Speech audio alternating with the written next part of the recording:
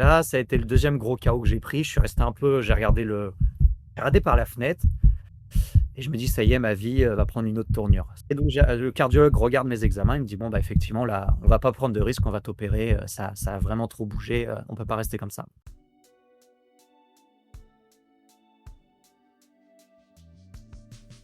Bienvenue sur Cœur battant, le podcast qui fait battre le cœur de ceux qui vivent, de près ou de loin, avec les pathologies cardiaques. Nous sommes Mylène Et Fanny, deux sœurs unies par une histoire extraordinaire.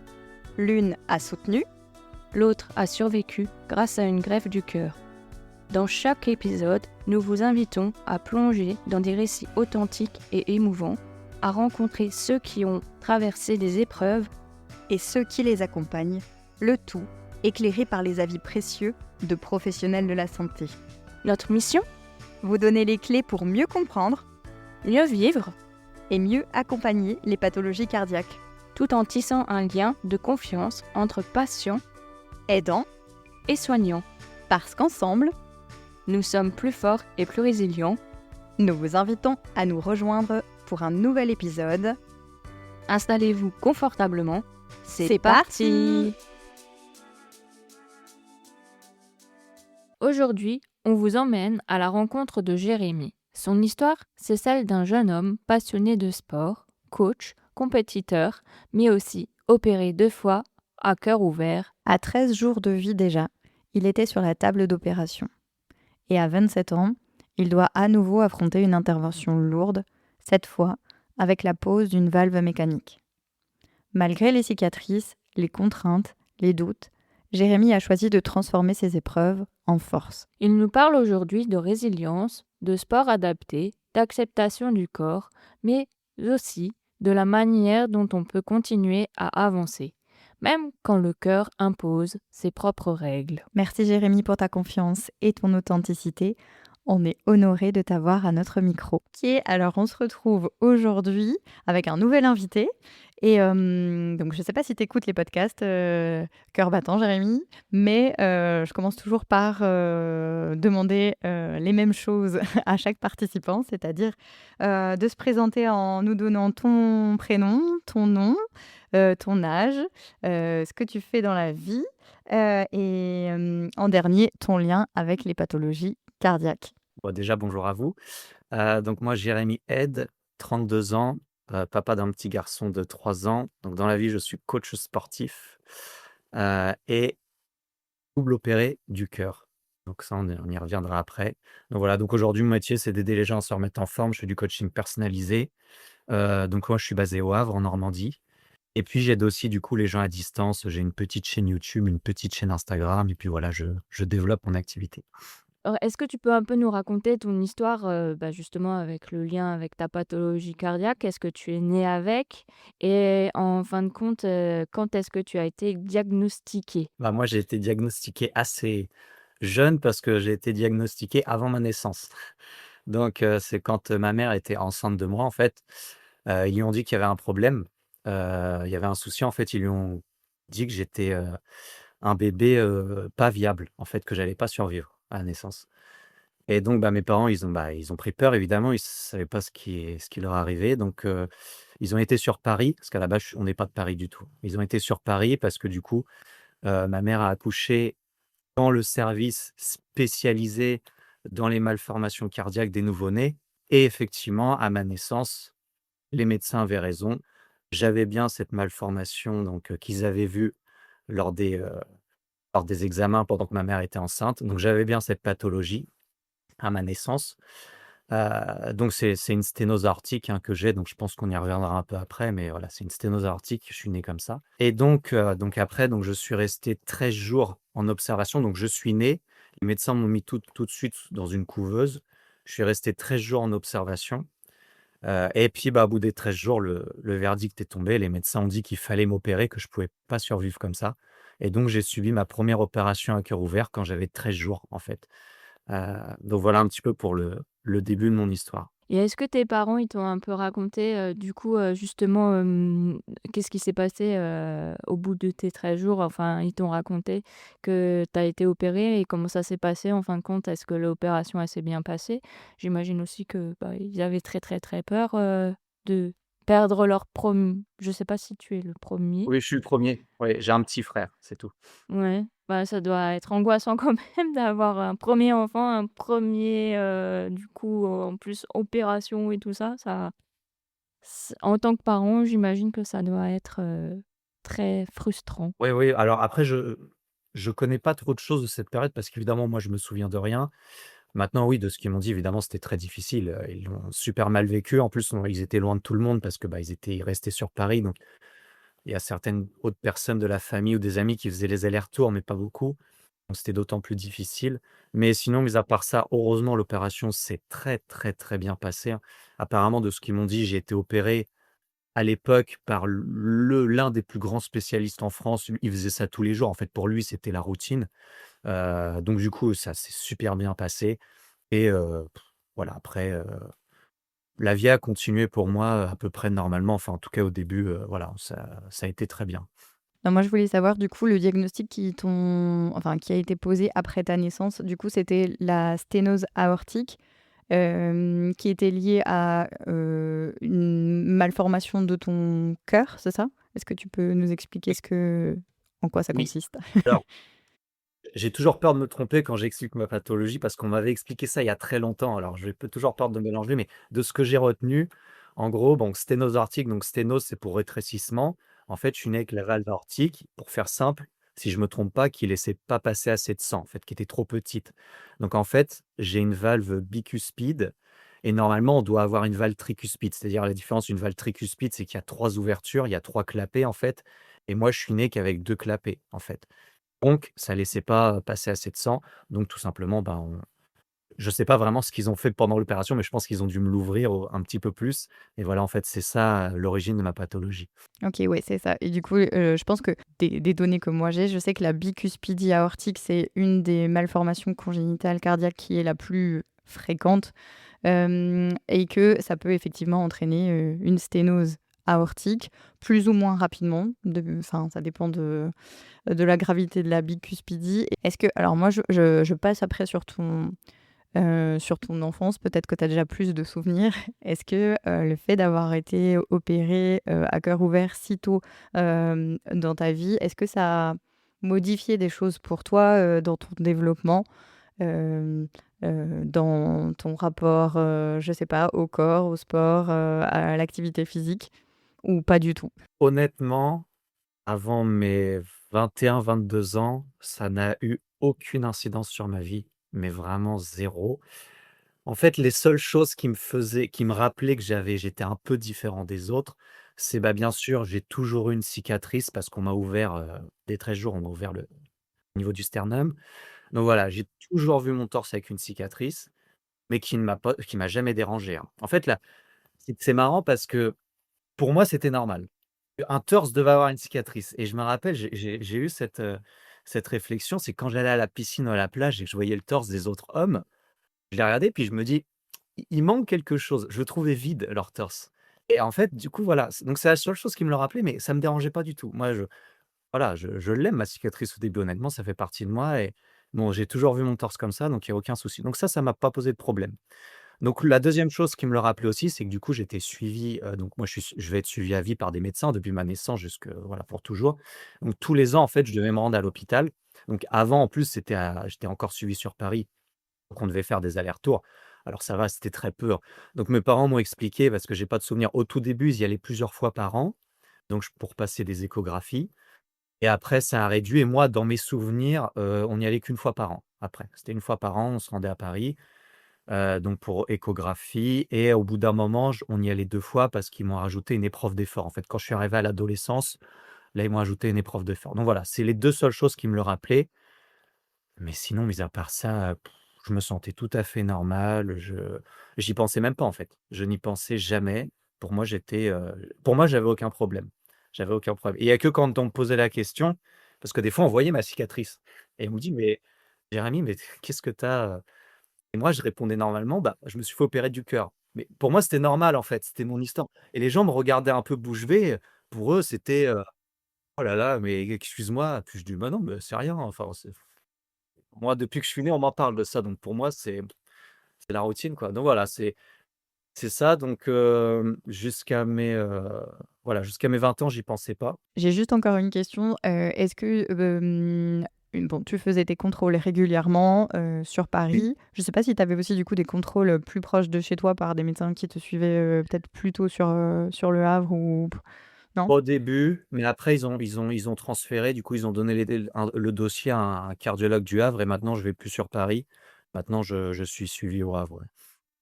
Et ce que je voulais savoir, c'est est-ce qu'ils te pourquoi est-ce qu'il y avait cette surveillance, tu vois, encore après?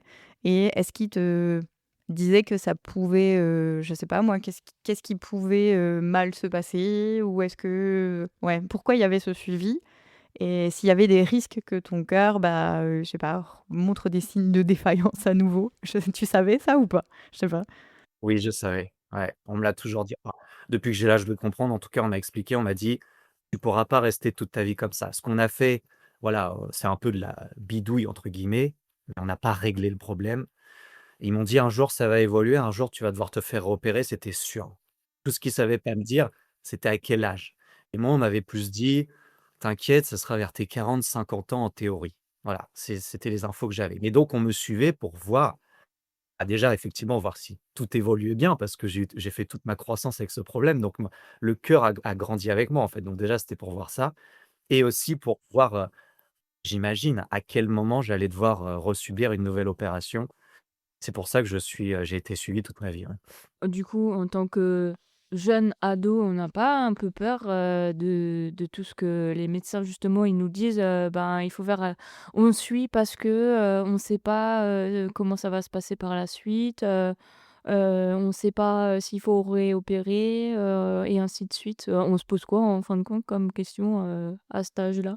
Je crois qu'à cet âge-là, ça nous passe enfin, moi personnellement, j'écoutais, mais ça me faisait ni chaud ni froid. Honnêtement, j'avais je sais pas si c'était de la confiance ou si je me rendais pas compte ou j'en sais rien.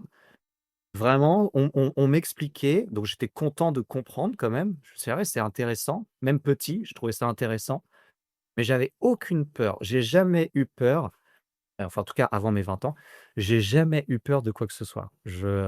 Non, j'ai jamais eu de souci à ce niveau-là. Alors, je pense que je connais la réponse, mais je te la pose quand même. Est-ce que du coup, tu te sentais, toi, malade ou pas? Dans Non. dans Ah non, 0 et c'est peut-être grâce aux médecins, grâce aussi peut-être à mes parents, tout ça, qui vont jamais dramatiser la chose. Je pense que ça a joué parce que même j'allais voir le médecin, il m'a dit: «Non mais Jérémy, enfin, tu normal, tu pas si un jour quelqu'un t'embête», même on me parlait pour trouver un métier peut-être ou pour faire un sport, ils m'ont toujours dit: «Tu leur dis de venir nous voir, tu auras aucune, contre-indication, tu as aucune limite, tu es tout à fait normal, tu ne t'inquiètes pas». Et donc j'ai grandi avec ce discours. Donc certes, je savais que j'avais un problème, mais avec ce discours du «T'inquiète pas, tout ira bien, tu es normal».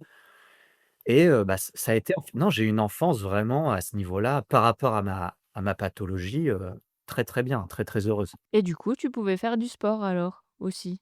C'était, même conseillé alors? Ah oui, oui, j'avais aucune contre-indication, OK. donc je pouvais faire du sport. En fait, ils m'en ont jamais vraiment parlé, ils m'ont juste dit que j'avais aucune, contrainte.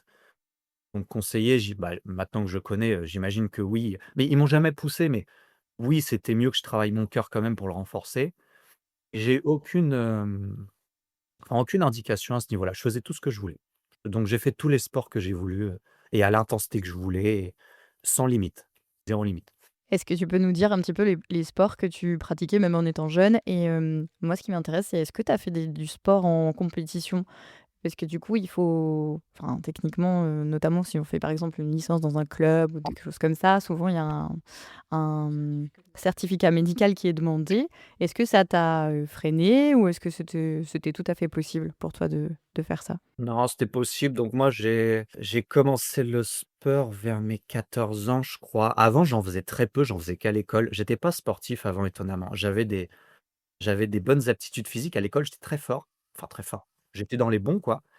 Mais, j'étais plutôt, jeux vidéo avant mes 14 ans, on va dire, gars. et c'est à 14 ans que j'ai commencé. Donc j'ai commencé par le tennis, donc là, j'avais aucun problème. Ensuite, j'ai fait de la boxe thaï où là, fallait un certificat médical, mais à chaque fois que j'allais voir un médecin, il me le disait, il me faisait faire un petit test rapidement, il voyait que ça allait bien. En plus, mon médecin me suit depuis que je suis né, donc il connaît très bien ma situation, donc il me donnait toujours mes certificats sans problème. J'ai fait de la boxe, je faisais du motocross, mais ça, je le faisais, si je l'ai fait 1 an dans un club où il fallait aussi un certificat, je l'ai fait sans souci, donc un sport très extrême en plus. Non, avant mes 20 ans, j'ai pas fait de compétition, donc pour la compétition, je sais pas si ça m'aurait bloqué, je pense pas. J'ai pas fait de compétition, je ne sais pas, mais en tout cas, tous les sports que j'ai faits, je les ai faits sans aucun souci, hein.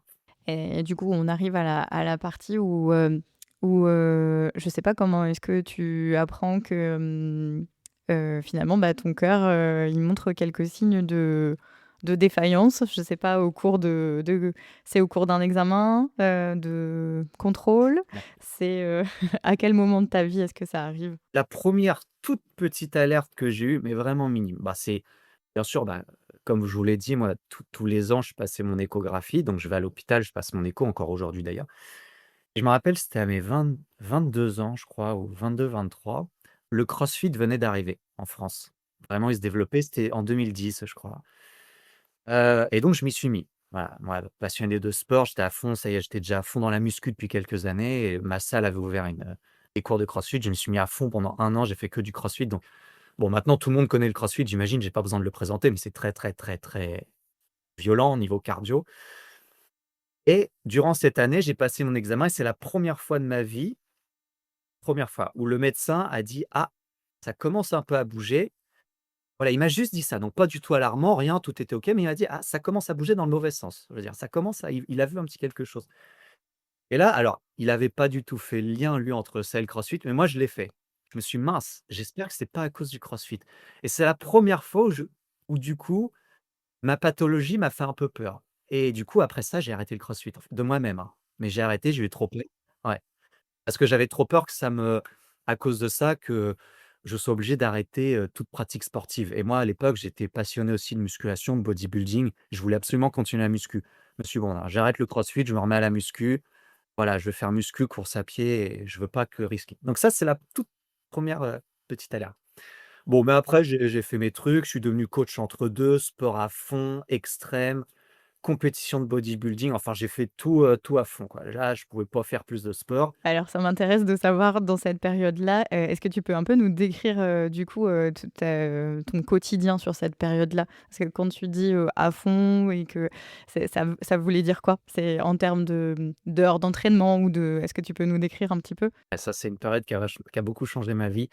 Moi, j'ai commencé, donc la musculation à 16 ans.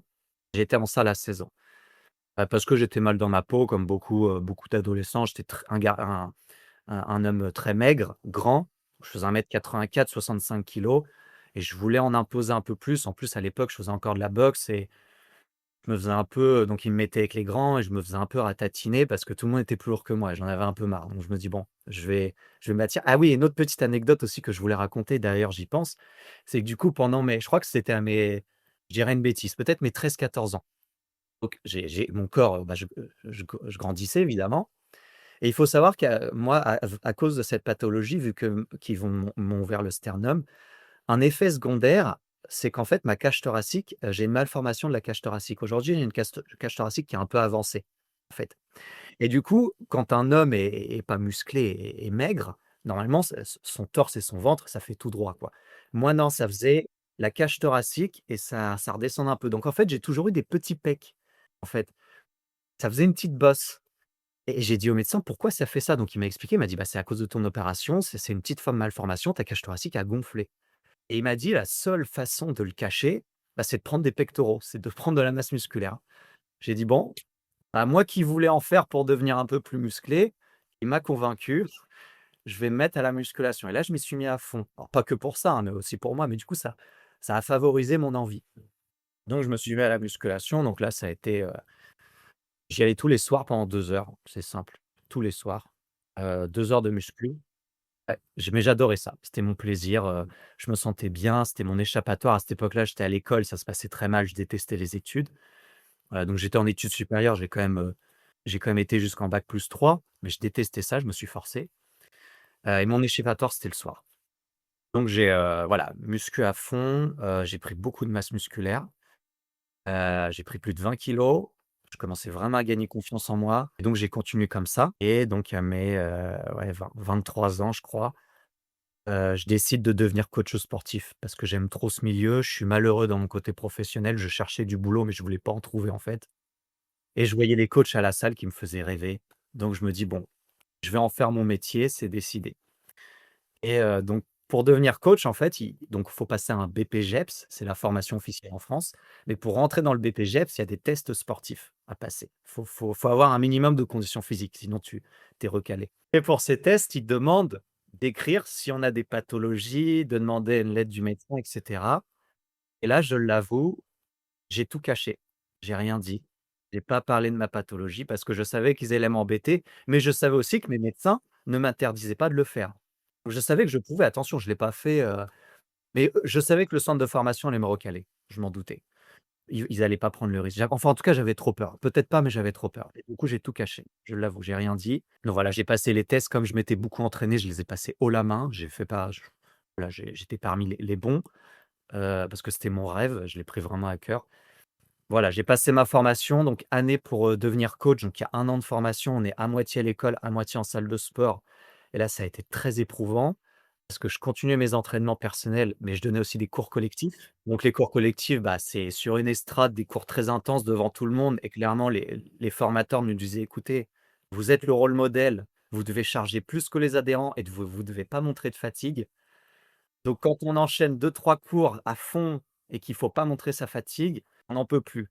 Mais voilà, donc c'était dur. Là, j'ai poussé mon corps à fond, mais j'ai adoré ça parce que j'avançais vers mon rêve et donc c'était beaucoup, beaucoup de sport. En plus, en formation, on faisait encore des cours parce qu'il fallait qu'ils nous enseignent. Donc on enchaînait les cours toute la journée devant tous les autres et cetera pour apprendre à être sur la scène, à donner des cours, à parler, à suivre la musique, à reprendre, à observer. Donc c'était plusieurs heures de sport par jour. Il y a que le week-end où je me reposais un petit peu, encore pas le samedi. Plusieurs heures de sport par jour, hem et donc j'ai fait ça, et ensuite j'ai validé mon année. Je suis devenu coach, ça y est et l'année juste après, donc j'ai une petite équipe dans la salle de sport où je m'entraînais qui se préparait pour une compétition de bodybuilding. Et il me dit: «Jérémy, est-ce que tu veux pas la faire avec nous? Tu as le physique pour». Moi, je j'y croyais pas du tout et c'est eux qui m'ont poussé. Ils m'ont dit: «Jérémy, tu as le physique pour, est-ce que tu veux la faire avec nous?» J'ai beaucoup hésité, je me suis dit: «Bah, pourquoi pas?» Déjà, ça allait me faire une belle expérience et même pour moi en tant que coach, je trouve que c'est très intéressant d'avoir cette expérience du côté athlète, en fait. Je voulais, me mettre du côté athlète et donc boum, donc là, j'ai connu le côté un peu extrême de la musculation. Là, je me suis entraîné à fond, j'ai suivi une diète très, très extrême pour monter sur cette scène et donc j'ai fait cette compétition donc qui était à Paris. Donc ça a été mon parcours sportif, et cette compétition de bodybuilding, c'était en début d'année 2019 et c'était juste avant la première très grosse alerte, je pense qu'on va parler juste après, qui est arrivée fin 2019, donc après tout ça. Mais en tout cas, je tiens à dire qu'avant ça, avant cette fin d'année 2019 où j'ai eu voilà, ce souci dont on va parler, tout se passait très bien sinon. Au niveau de mon cœur, je ne ressentais rien. Je me suis jamais senti essoufflé. J'ai jamais senti de fatigue, de choses un peu bizarres. Donc vraiment, j'avais une très belle condition physique. Je faisais beaucoup de cardio, beaucoup de muscu. J'avais une très, très belle condition physique. Donc ma pathologie ne m'a empêché, ne m'a jamais, restreint quoi. Ne m'a jamais J'ai jamais eu d'alerte. Même je passais encore mes contrôles tous les ans, avec mon médecin. Et il voyait rien, tout était OK. Il me disait: «Jérém, tout est parfait». Donc là, il savait ce que je faisais, hein, je lui disais. Il savait que j'étais coach, il savait que je faisais d'ailleurs, il se foutait de moi, il me dit: «Mais pourquoi tu fais tout ça?» Enfin, il en revenait pas. Il me dit: «Avec ta pote, pourquoi tu t'es embarqué là-dedans?» Et il en rigole maintenant, hein. C'est toujours lui que j'ai, hein. Il en rigole, il le sait, hein. Et il me dit: «Non, tout est OK». Donc voilà, voilà un petit peu pour mon histoire un peu sportive, avant tout ça et non, ça s'est très bien passé avec ma pathologie. Juste avant de continuer, moi je voulais savoir, en tant que bodybuilder, on soulève combien en fait? Parce qu'on est d'accord que le fait de soulever un poids, c'est,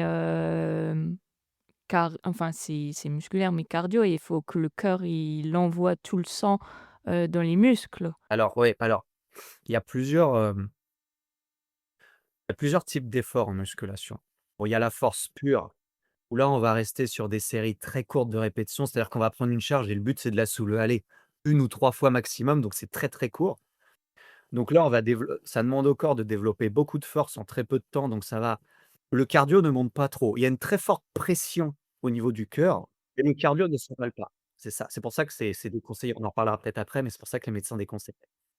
Et sinon, il y a la musculation, plutôt le côté bodybuilding, où là, on fait des séries intermédiaires. Le but, c'est de prendre en volume. On ne cherche pas vraiment à être le plus fort possible, même si on devient fort parce que, bah, on soulève de la charge toute la journée. Enfin, le jour, je veux dire.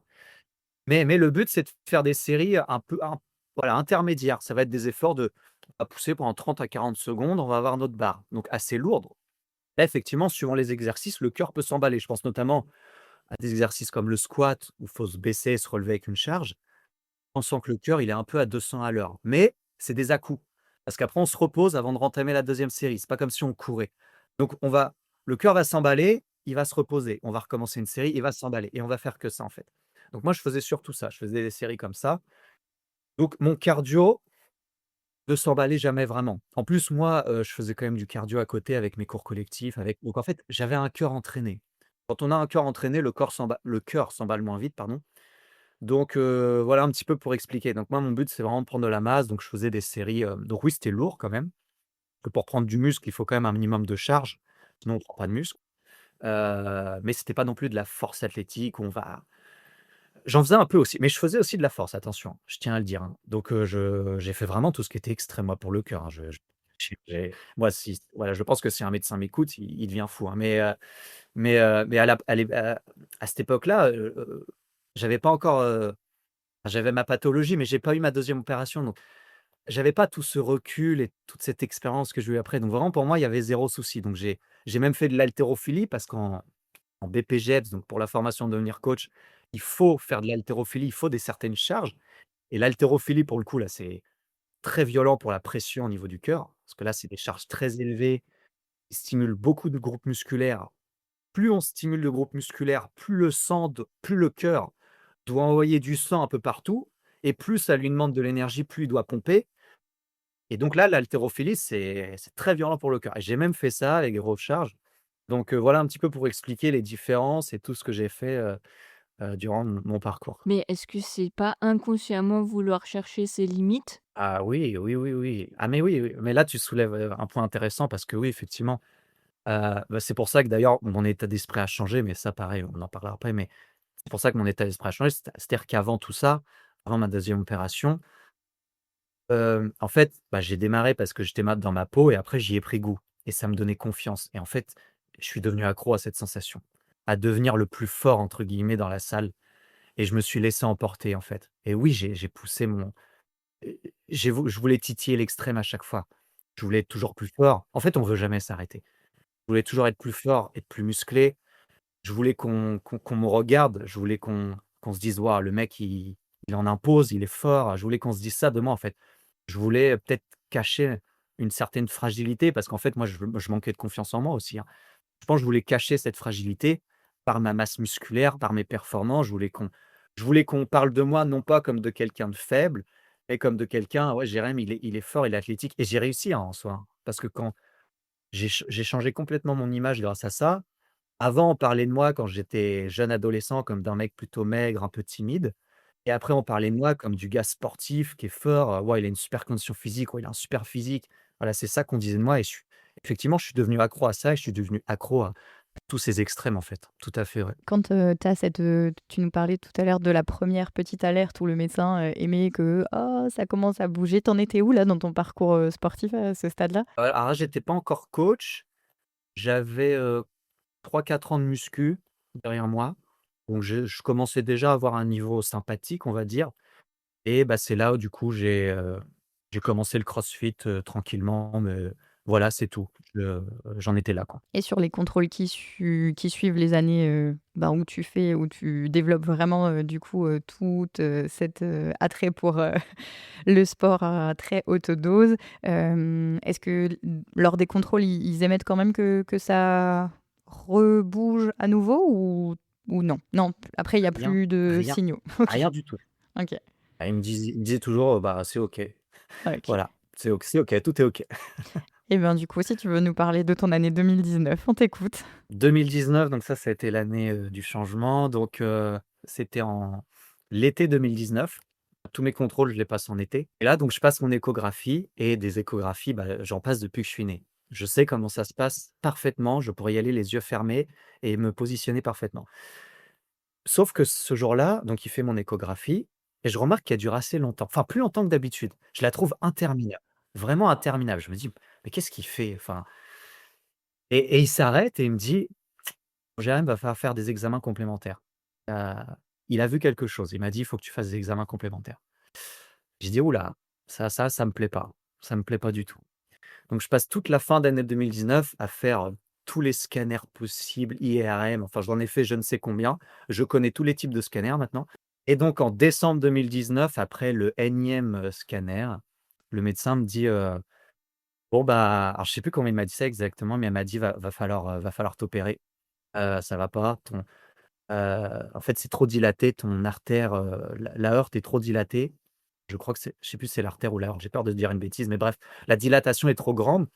Elle était de je sais plus 54 millimètres, ce qui est beaucoup trop élevé. En fait, le risque pour faire simple, en fait, avec ma pathologie au fil du temps, je crois que c'est l'artère, commençait à se dilater petit à petit et le risque, en fait, c'est que quand elle est trop dilatée, bah, c'est qu'elle lâche. Au bout d'un moment, c'est qu'elle se fissure, surtout avec l'effort et moi, mon cardiologue savait que j'étais coach, savait que je faisais beaucoup de sport et donc il m'a dit: «Dans ton cas, en soi, c'est pas urgent, en soi et toi, vu ton profil et vu ton quotidien, là, c'est urgent». Parce qu'il m'a dit: Si tu fais un effort trop violent, ça peut se fissurer et si l'artère se fissure, bon, je fais pas de dessin de ce qui va arriver, ça serait dramatique. Donc voilà, donc fin de enfin décembre 2019, on me dit: «Bon, va falloir que tu te fasses opérer», donc ça, c'est un autre médecin qui m'a dit ça, hein, c'est le médecin du scanner, donc j'ai repris rendez-vous avec mon cardiologue et donc le cardiologue regarde mes examens, il me dit: «Bon, bah, effectivement, là, on va pas prendre de risque, on va t'opérer, ça a vraiment trop bougé, on peut pas rester comme ça». Mais il me dit: «Tu t'inquiètes pas, il y a une opération très bien qui existe, donc c'est l'opération de Ross». Et en fait, clairement, on m'a dit qu'on allait me retirer, je saurais pas l'expliquer dans le détail, mais en gros, me retirer la, la valve malade, me bidouiller un petit peu, je crois avec l'artère pulmonaire, si je dis pas de bêtises, me remettre tout ça en place, bidouiller un truc et comme ça, on m'a dit: «On n'a rien à te changer, tu auras pas de traitement, ça se fait très bien et on part comme ça». Alors, je me suis permise de chercher, l'intervention de Rose parce que je la connaissais pas et donc c'est ce que tu dis, c'est, en fait, la valve aortique, on l'enlève, celle qui est malade chez toi et on prend en fait, c'est une sorte d'autogreffe. On prend la valve pulmonaire de ton cœur et on la place à l'endroit de la valve aortique et on te pose une valve, artificielle au niveau pulmonaire, mais ils préfèrent cette option-là parce qu'au niveau pulmonaire, la pression est beaucoup moins importante que sur la valve aortique. C'est pour ça qu'ils font ce changement dans ce sens-là. Parce qu'en fait, il y a 2 trucs à changer. Donc l'intervention en soi, elle est plus complexe, mais ils disent que les bénéfices sur le long terme sont meilleurs, surtout chez les patients jeunes, ce que j'ai compris. Alors patients jeunes, c'est, avant, 50 ans, je crois. C'était ça. Oui, oui, pour les pathologies cardiaques, c'est ça. Oui, oui, bah, voilà, c'est exactement ça, là. C'est exactement ça. Et donc en fait, je suis sorti de ce rendez-vous sans inquiétude. Je me suis dit: «Bon, bah, c'est parfait, OK». Et donc début 2020, c'était en février, je crois, là, je vois mon chirurgien. Donc il m'a mis en contact avec un chirurgien. C'est le docteur, Fabien Doguet d'ailleurs qui était passé et qui animait une émission sur France 2 pendant un moment d'ailleurs, qui était à Caen à l'époque. Maintenant il est plus à Caen, il est sur Paris, mais bref, maintenant il est non, à Rouen, pardon. Donc il était pas loin de chez moi et donc il m'a mis en contact avec lui. Donc j'ai pris, contact avec lui. Donc enfin, je l'ai vu, j'ai pris rendez-vous.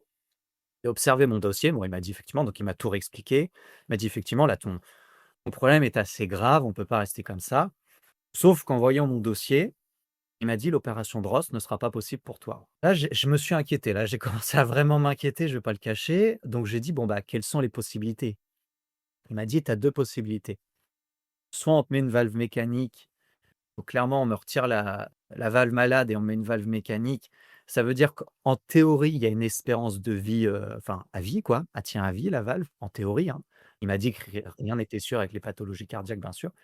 Par contre, en contrepartie, tu auras des effets secondaires, tu auras un traitement à vie, tu auras un bruit que tu entendras tout le temps.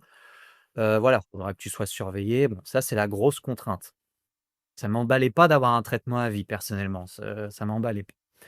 Et puis surtout, ça voulait dire plus pouvoir faire toutes les activités qu'on veut parce qu'il fallait éviter les impacts, plus manger tout ce qu'on voulait pour pas fausser l'INR. Voilà, donc la coagulation du sang, l'INR. Il m'a dit: «La deuxième possibilité, c'est de mettre une valve biologique». Sauf que vu que moi j'étais jeune, donc à l'époque j'avais 27 ans, il m'a dit: «Je te déconseille parce qu'elle a une espérance de vie de 5 à 10 ans. C'est-à-dire qu'il faudra que tu repasses sur la table tous les 10 ans maximum, peut-être moins». Et il m'a dit: «Dès que tu vas repasser sur la table, ça va doubler le risque de mourir ou de finir handicapé». Alors les risques étaient infimes, hein, mais il m'a dit: «Il faut que tu le saches, ça va doubler à chaque fois. Donc tu prends un risque à chaque fois». Il m'a dit: «Voilà, tu as que ces 2 possibilités». Et là, honnêtement, hein, ça a été l'un des moments de ma vie où j'ai pris le plus gros chaos. Je suis resté assis. En fait, je suis tombé de très haut parce que je suis arrivé très confiant et là, je suis tombé de très haut. Et c'est la première fois de ma vie où je me suis dit: «OK, mon problème est vraiment grave», en fait. Là, je me suis dit, je m'en rendais pas compte jusqu'à depuis ma naissance, je m'en suis jamais rendu compte. Et là, c'est ce jour-là où je m'en suis rendu compte. Je me suis dit: «En fait, j'ai un problème très grave». C'est comme s'il m'avait tiré une balle dans le cœur, honnêtement. Et je suis resté, mais bouche enfin, tétanisé devant lui. Je disais plus rien et je savais pas ce qui m'arrivait. J'ai l'impression que le temps s'était arrêté. Et je me refaisais les deux possibles dans ma tête. Je me dis: «Non, mais j'en veux aucune en fait, c'est pas possible». Et il m'a vu un peu, sous le choc et il m'a dit: «Bon, attends là, je vais aller voir un de mes confrères, je vais lui parler de toi». Donc il s'est absenté, il est allé voir un de ses confrères. Il est revenu, il m'a dit: «Bon, je lui en ai parlé, si tu veux, on peut tenter l'opération de Ross. C'est risqué, mais on peut tenter». Il m'a dit: «Par contre», il m'a dit: «Il faut que tu le saches, si on fait ça, les risques que tu meurs ou que tu finisses handicapé sont doublés». Donc au lieu de 2 de risque, je passais à 4, ce qui reste infime, mais il faut le savoir quand même. J'ai 4 de risque j'ai sans hésiter, hein, j'ai dit: «Non, mais on fait ça, on fait Ross. Je veux pas de traitement à vie, je veux pas, repasser sur la table tous les 10 ans, on fait Ross». Il y avait même pas, voilà, je me suis même pas posé de questions. Il me dit: «Par contre, si ça fonctionne pas», donc ça, il pouvait le voir qu'au moment où il allait m'ouvrir pour voir l'état de mon cœur. Il m'a dit: «Si ça fonctionne pas, il faut que tu me donnes tout de suite une solution de secours pour que moi, au moment venu, je puisse changer si besoin». Donc il me dit: «Il faut qu'en option de secours, tu prennes soit la méca, soit la biologique». Bon, puis de ce qu'il m'avait dit, clairement, j'ai bien vu dans ses paroles qu'il me conseillait pas du tout la biologique. Il dit: «Bon, bah, on prend la méca». J'ai bien senti qu'à mon jeune âge, il fallait pas la biologique. Et en fait, j'ai pris la méca en étant persuadé que l'opération de Ross, ça allait fonctionner. Donc je l'ai pris un peu à la va-vite. J'ai quand même réfléchi pendant quelques jours, mais après je l'ai rappelé, j'ai dit: «Bon, on prend la mécanique, c'est bon». Sans trop y croire. Tu t'es jamais projeté avec cette solution-là? Parce que de toute façon, la première allait marcher, quoi. Ouais, Voilà, pour pour moi, la le première ouais. allait marcher. J'ai assez confiance en tout ça. Moi, j'ai confiance voilà, aux médecins, tout ça, donc la première allait marcher. Donc j'attends l'opération. Moi, j'avais hâte de me faire opérer. En fait, j'avais hâte parce que là, du coup, ça a été une période où je me suis senti très mal. Parce qu'en fait, là, ça y est, c'était la première fois de ma vie où ma pathologie prenait le dessus sur ma vie. C'est-à-dire que là, je vivais avec une peur, parce que clairement, il m'avait dit que ça pouvait lâcher à tout moment. Il m'avait interdit la musculation, enfin, en tout cas, les charges lourdes, interdiction, interdit de faire des choses extrêmes, intenses. Là, ça y est, c'était la première fois où j'étais restreint, quoi, où ma maladie m'empêchait de faire tout ce que je voulais. Et je me dis: «Vivement que je me fasse opérer, j'en peux plus». Donc j'avoue, j'allais quand même à la salle. C'est peut-être pas bien, je l'avoue, alors je faisais du très léger, je forçais pas, je me montais jamais dans le rouge, mais j'avais besoin d'aller à la salle, donc j'y allais. Je le disais trop à personne, je l'avoue, mais j'avais besoin. Je faisais mes petits entraînements tranquilles dans mon coin et j'ai attendu comme ça. À ce moment-là, est-ce que tu avais peur de qu'il t'arrive quelque chose? Parce qu'effectivement, le risque, c'était quand même que, bah, du coup, l'artère, cède, quoi, enfin, est-ce que tu avais peur de ça, à ce moment-là? Ou non? Ça va, c'était pas Non, non, ouais, j'y pensais et c'est pour ça que d'ailleurs j'écoutais beaucoup les médecins et vraiment je me répète, je me faisais des entraînements très, très, très faibles, hein. Je transpirais à peine, mon cœur s'emballait pas, c'était très léger, c'était histoire de bouger, quoi. Donc oui, j'avais peur. Ouais, ouais, clairement. Je me suis dit, enfin j'écoutais vraiment, les ressentis de mon corps, en fait et de mon cœur. Je me suis la moindre alerte, j'arrête tout. Ah donc oui, et tu et donc patientes j'ai combien de continué comme temps, ça. avant l'opération? Ça arrive vite ou pas? Alors, bah, justement, à la base, l'opération doit arriver fin 2020, septembre, octobre, et moi j'attends depuis début 2020 et sauf Mon chirurgien m'a dit: «Écoute, je vais faire en sorte de te placer l'opération avant cet été, en juin. Mais je te promets rien, c'est pas sûr». Et il faut savoir qu'avant de passer ce style d'opération, une fois que tu as la date, il faut avant passer beaucoup de scanners, beaucoup de choses, des rendez-vous qui sont longs à avoir. Donc en fait, il faut le savoir plusieurs mois à l'avance. Et il me dit: «Par contre, ça, tu peux prendre ces rendez-vous qu'une fois que tu as ta date, parce qu'il faut pas qu'ils datent de trop longtemps avant les examens». Donc OK, donc j'attends. Je me rappelle, il m'appelle, je sais plus la date. Bon, il m'appelle, début juin, je dis une bêtise, début juin. Il me dit: «Jérémy, je peux t'opérer fin du mois». Et je lui dis: «Mais par contre, j'ai passé aucun examen». Il me dit: «Bah, tu te débrouilles, soit c'est fin du mois, soit après, il faut passer l'été», parce que je crois il partait en vacances, «soit ça remonte à septembre». Il m'a pas dit: «Tu te débrouilles», hein, mais en gros, ça voulait dire ça. Heu, Là, j'emploie mes mots, hein. Heu et il m'a dit: «Voilà, fin septembre». Et là, alors là, OK, je dis: «Bon, je vais tout faire pour me faire opérer en juin». J'ai appelé tous les hôpitaux pour avoir mes rendez-vous. Ils m'ont rigolé au nez. Ils m'ont dit: «Non mais monsieur, vous pouvez pas avoir un rendez-vous en quelques semaines, c'est pas possible». J'ai dit: «Mais il me le faut, c'est trop important. Je peux pas rester tout l'été comme ça». Moi, je vivais plus en fait à ce moment-là. Je vivais dans la peur. Je me dis: «Je peux pas rester comme ça». J'ai appelé tous les hôpitaux, j'appelais même dans toute la France. J'étais prêt à faire la route en fait, et je me rapprochais, mon opération se rapprochait. Je me rappelle quelques jours avant l'opération, donc j'ai un hôpital à 1 heure de chez moi. Il m'appelle, il me rappelle, il me dit: «Voilà, monsieur Ed, quelqu'un a annulé son rendez-vous, vous pouvez venir». J'ai fait la route dans la journée, je leur ai dit: «Mais merci, vous m'avez sauvé la vie». Je ne vivais plus moi, et j'ai fait la route dans la journée, j'ai fait mon examen et j'ai appelé mon chirurgien, j'ai dit: «C'est bon, on peut y aller». Donc on a programmé l'opération, je crois que c'était le 20 juin, je crois, si ma mémoire est bonne. La Cette date m'a marqué, c'était un vendredi, je m'en souviens, ça m'a marqué un vendredi, je crois que c'était un 20 juin. Et et donc, bah, voilà, l'opération, était fixée pour le 20 juin, du coup. Du coup, j'imagine que tu avais très hâte d'arriver à cette date. Est-ce Ouais, que, ouais, ouais. donc tu disais que durant la période, du coup, à partir du moment où tu sais que va falloir passer par l'opération et au moment où effectivement tu as la date enfin de l'opération, tu t'es un petit peu, arrêté de vivre. Est-ce que ça, mentalement, c'est vraiment mentalement que c'était difficile à ce moment-là? Ouais, c'est mentalement parce qu'on se sent, il y a beaucoup de choses. On se sent diminué, on se sent plus maître, de notre corps.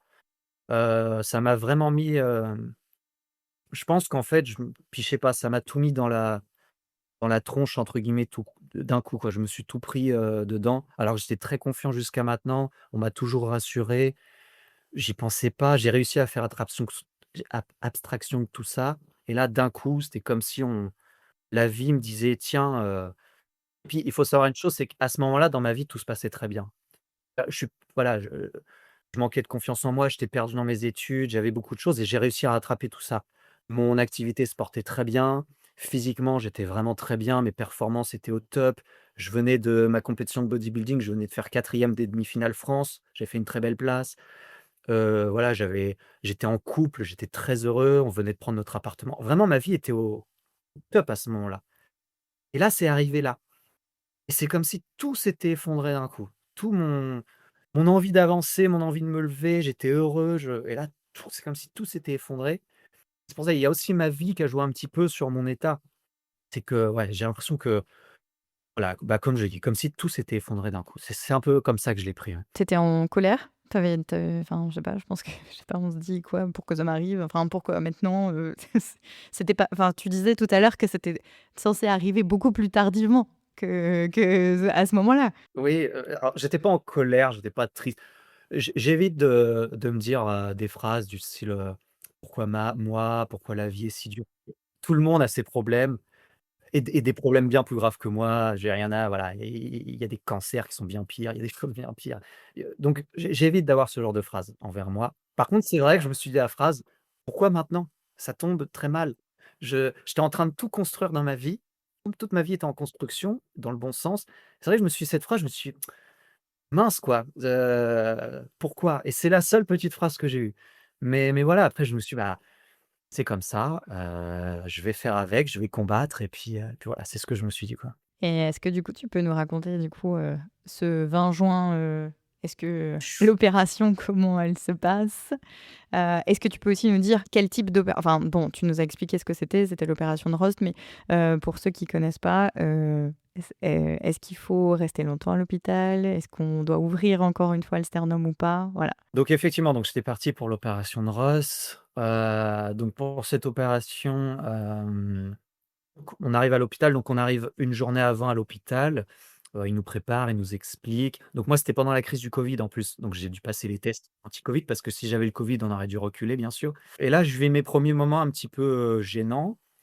C'est-à-dire que, bah, ils nous demandent de nous raser complètement, ce qui est un peu difficile, et tout le corps, hein. C'est un peu bizarre d'ailleurs, vraiment tout le corps. Donc j'ai trouvé ça un peu étrange déjà. Je me suis retrouvé un peu à nu comme ça, devant des personnes à me raser. C'était très étrange. Ils nous demandent de prendre une douche avec des produits pour nous nettoyer le corps, plusieurs fois. Je me rappelle, j'ai pris 2 3 douches d'affilée et donc voilà, donc ensuite, bah, arrive le soir, donc là, voilà, je me suis retrouvé tout seul le soir parce que ma compagne m'avait accompagné à ce moment-là, puis après elle est rentrée. Donc la veille de ce genre d'opération, je trouve c'est assez spécial comme moment. C'est le moment que je redoutais le plus, c'est pour ça que j'en parle. Parce que moi, personnellement, je sais pas comment le prennent les autres, mais c'est le moment que je redoutais le plus, quand je me retrouvais tout seul le soir, la veille de mon opération dans ma chambre. On cogite pas mal, mais heureusement, j'avais à 100 confiance en mon chirurgien. Ça, je trouve, c'est très important. J'ai eu un très bon chirurgien qui m'a beaucoup parlé, qui était très calme. J'avais vraiment confiance en lui. Donc je me suis dit: «Bon, bah, Jérémy, entre guillemets, demain, ta vie n'est plus entre tes mains, mais tu lui fais confiance». Et c'est très étonnant, hein, et pour en avoir parlé avec plusieurs opérés du cœur, beaucoup ont ressenti la même chose que moi, parce qu'au début, j'ai trouvé ça étrange de ressentir ça, mais j'ai senti beaucoup d'apaisement en me disant ça. Je me suis en quelque sorte, bah, pour une fois dans ta vie, c'est plus toi le maître de ta vie, tu laisses un professionnel te gérer, toi tu seras endormi, tu le laisses, tout va bien se passer. Et je me suis dit: «Toi, tu as rien à faire, tu vas dormir», et de me dire ça, ça m'a comme apaisé. Pourtant moi je suis quelqu'un d'assez anxieux dans la vie, je tiens à le dire, hein. Voilà, je stresse beaucoup, hein. Mais cette soirée-là, je me suis senti vraiment apaisé. Puis voilà, j'ai fait un petit check-up de ma vie, je me suis dit: «Bon, bah, dans le pire des cas, si tu t'en vas, est-ce que tu es fier de toi?» Oui, j'étais fier de moi, tout ça, donc tout ça, ça m'a soulagé. Je me dis: «Bon, OK, tout est bien, tu pouvais pas faire mieux, c'est bon».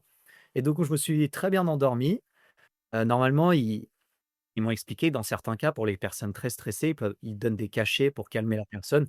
Donc moi, ils m'en ont même pas donné, j'en ai pas ressenti le besoin, et je me suis endormi et tout s'est très bien, j'ai passé une très bonne nuit pour être honnête. Donc le lendemain matin, je me réveille et je me rappelle d'une ambiance extrêmement calme. Ça, c'est ce qui m'a le plus surpris, c'était très calme, très calme. Une dame arrive, elle vient me chercher, je dis: «Bon, ça y est, c'est parti». Elle vient me chercher, donc elle tire le lit, hein, je reste dans le lit en fait, et elle m'amène vers la salle d'opération directement. Toute l'équipe, on voit qu'ils ont l'habitude parce que tout le monde est très doux, très calme, ils trouvent les bons mots. Je trouve que c'est très rassurant, et donc ils ont été très gentils. Bon, ils ont essayé de me faire quelques petites blagues avant de rentrer, j'avoue que j'étais pas très réceptif parce que je stressais quand même pas mal, mais voilà, donc ils m'ont expliqué. Donc ensuite on rentre dans la salle d'opération, donc je me souviens d'une salle assez froide, très blanche. Et là, on met je sais plus comment ça s'appelle, voilà, le masque pour, m'endormir, et on me dit: «Bah, est-ce que tu veux le tenir ou est-ce que tu veux qu'on te le tienne?» Je dis: «Non, bah, je vais le tenir», et on me dit: «Voilà, tu vas commencer à voir tout tourner un moment et tu vas t'endormir». Et je le mets et rien ne se passe, et je trouve que ça dure longtemps. Je crois que j'étais un peu trop stressé, et je dis à un moment: «Bon, écoutez, tenez-le, ça m'énerve, tenez-le». Et ils tiennent, et au moment où ils tiennent, du coup, je me relâche, et là, en quelques secondes, tout tourne et trou noir. Ça y est, trou noir, je me suis endormi. Donc effectivement, donc je me fais opérer. Donc pour cette opération, il faut qu'il m'ouvre de nouveau. Donc ils m'ont ouvert exactement au même endroit. Du coup, j'avais déjà mon ancienne cicatrice, ils m'ont ouvert exactement au même endroit, et donc voilà. Donc ensuite, je me réveille. Le réveil fut très, très, très difficile. Il faut savoir que moi, à la base, je me rappelle, ils ont commencé l'opération à 8 heures. Je devais me réveiller à 16 heures. Sauf qu'ils ont réussi à me réveiller qu'à 23 heures. Parce que j'ai fait une hémorragie. De ce que ils m'ont dit, j'ai fait une hémorragie, j'ai eu plein de soucis, ils ont eu du mal à me réveiller. Donc ça a été très dur pour ma famille à ce moment-là. Ils m'ont expliqué après, bien sûr. Ils m'ont dit: «Mais on a cru qu'ils allaient pas te réveiller, quoi». Chaque fois qu'ils appelaient, l'hôpital leur disait: «Non, on n'arrive pas à le réveiller», de 16 heures à 23 heures. Et je finis. Ouais, ouais, ça devait être long. Mais là, c'est pour ça, enfin, on parle souvent de nous, mais il y a aussi nos proches. Je trouve que c'est d'autant plus dur pour eux parce qu'eux, vraiment, ils subissent. Ça doit être interminable, quoi. Ouais, bien sûr, je me souviens de rien, j'étais endormi, donc je me réveille. Réveil très difficile. Honnêtement, je vais pas le cacher. En fait, je comprenais pas ce qui m'arrivait. Je me rappelais plus que je m'étais fait opérer. J'avais très chaud, je voyais des gens. s'affoler, je sais pas, mais bouger autour de moi. Il faisait nuit, je voyais rien et donc voilà, donc je me réveille quelques secondes, j'ai l'impression d'être dans un film, voilà, qu'on m'avait, voilà, que j'étais sur une table, enfin, j'ai l'impression d'être dans un film et je me rendors. Je me réveille de nouveau, ce coup-ci, il fait jour, donc j'imagine que c'était le matin. Il fait jour et j'avais un tuyau dans la gorge qui passait, je pouvais pas parler. Ce tuyau, à un moment, il a bougé, et j'ai pas réussi à respirer et là, j'ai eu mon premier coup de panique. Je dis: «Non mais» et dans ma tête, pendant une fraction de seconde, je dis: «Non mais je vais pas mourir comme ça, c'est pas possible». J'arrivais plus à respirer et je pouvais pas parler et à un moment, heureusement, ils l'ont retiré. Alors déjà, c'est désagréable, hein, on le sent passer, c'est désagréable. Mais bon, j'étais sous le coup de la morphine, tout ça, en fait, je comprenais rien de ce qui m'arrivait donc et on me dit: «Est-ce que vous arrivez à parler?» Alors je sors un petit, «oui», mais très difficile, pour dire: «Oui, ça va» et la première chose que je dis, c'est: «Ross». Je dis que ça. En fait, je voulais savoir si l'opération elle fonctionnait et donc mais j'arrivais pas à parler et donc au lieu de dire une phrase complète que je n'allais jamais réussir à dire, j'ai juste fait: «Ross» avec ma petite voix qui complètement parce qu'en fait la gorge est inflammée après, elle est très inflammatoire à cause du tuyau donc Et c'est surtout au moment de l'extubation, on peut un peu abîmer les cordes vocales qui voilà, on nous abîme permettent les de corps faire les et sons. on le sent, hein et Et c'est du c'est coup, ouais, c'est impressionnant, très dur de très, de très dur. reparler, normalement après, ouais. Ah oui et du coup, c'est pour ça. Donc j'ai juste dit: «Ross» et on me dit: «Non». Bon, je n'y croyais pas du tout. J'ai dit: «Il se trompe, il se trompe». Voilà. J'ai dit: «Non, c'est impossible». Parce que du coup, je me rappelais que si j'avais la valve mécanique, c'était mon option de secours, je devais entendre un bruit normalement et à ce moment-là, je n'entendais pas de bruit. Je dis: «Bah non, c'est bon». Dans ma tête, en fait, je me suis dit: «Non, mais j'entends pas de bruit, c'est bon» et je me rendors de nouveau, je me réveille, donc un peu mieux, pas encore bien, mais un peu mieux et donc il y a une infirmière à côté de moi et je lui dis: «Ross?» Pareil, je dis que Ross. Elle me dit: «Ah non, non, valve mécanique». Ah je dis: «Non, non, elle se trompe». Je dis: «Non, c'est pas possible, elle se trompe».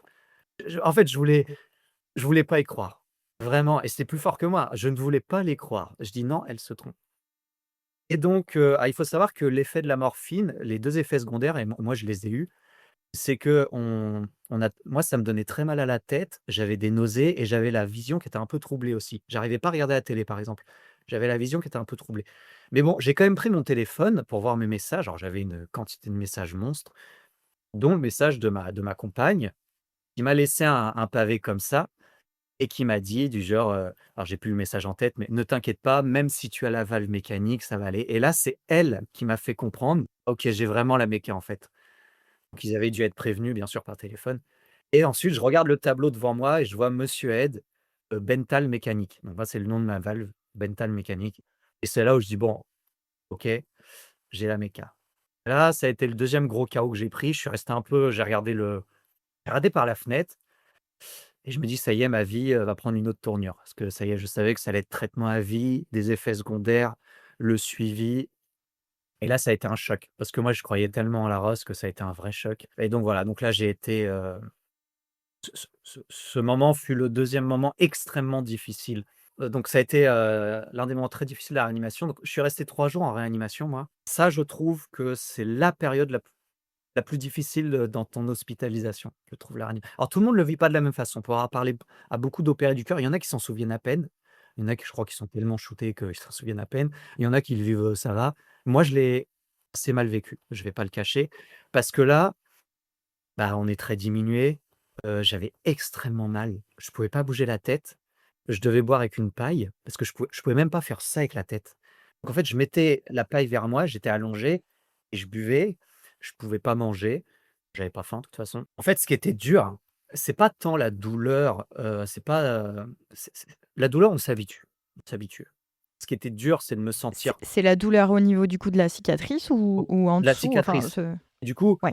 ça se propageait, en fait. C'est-à-dire que même quand je respirais trop fort, j'avais mal et ma hantise et ça pour en avoir parlé avec d'autres opérés du cœur, ils avaient la même hantise que moi, c'était de tousser ou d'éternuer. Parce que le moindre petit geste de respiration nous faisait mal et je me dis: «Si j'éternue, c'est pas possible, c'est pas j'imagine même pas la douleur que c'est». Parce que la douleur est extrême au niveau des voies respiratoires. D'ailleurs, on a un kiné qui vient pour la respiration, pour entraîner nos poumons. Moi, j'avais un kiné qui venait pour mes poumons. on respire très difficilement, en fait. Et donc ce que j'ai très mal Je vécu, fais juste peut-être le lien parce que souvent les gens comprennent pas pourquoi on parle des poumons quand on s'est fait opérer ah du oui, cœur, mais en fait c'est en lien avec l'ouverture du thorax, enfin du sternum, que ben, du coup la capacité des poumons, bah, elle diminue fortement avec l'ouverture de la cage thoracique. Et donc effectivement, il faut reprendre une capacité pulmonaire après, même s'il n'y a pas eu d'opération directement sur les poumons, hein. On est d'accord, hein. et donc voilà, donc j'ai fait ma réanimation, donc oui, ce que j'ai très mal vécu en réa, c'est comme je dis, c'est pas vraiment la douleur, c'est ce manque d'autonomie, le fait de passer d'un coach sportif en pleine forme, jeune, au top de ses capacités physiques, à quelqu'un, clairement, qui pouvait plus se laver tout seul, s'habiller tout seul, j'arrivais même pas à aller aux toilettes. Et en fait, je trouve que c'est ça le plus dur en moi, j'ai pas été préparé à tout ça, honnêtement. J'ai pas été préparé à ce choc psychologique au niveau du manque d'autonomie. Ça, j'en garde encore des souvenirs, difficiles, hein. Je pense que j'en garderai toute ma vie, qu'on soit obligé de me laver comme ça, qu'ils soient 3 à me tourner du lit pour me laver le dos.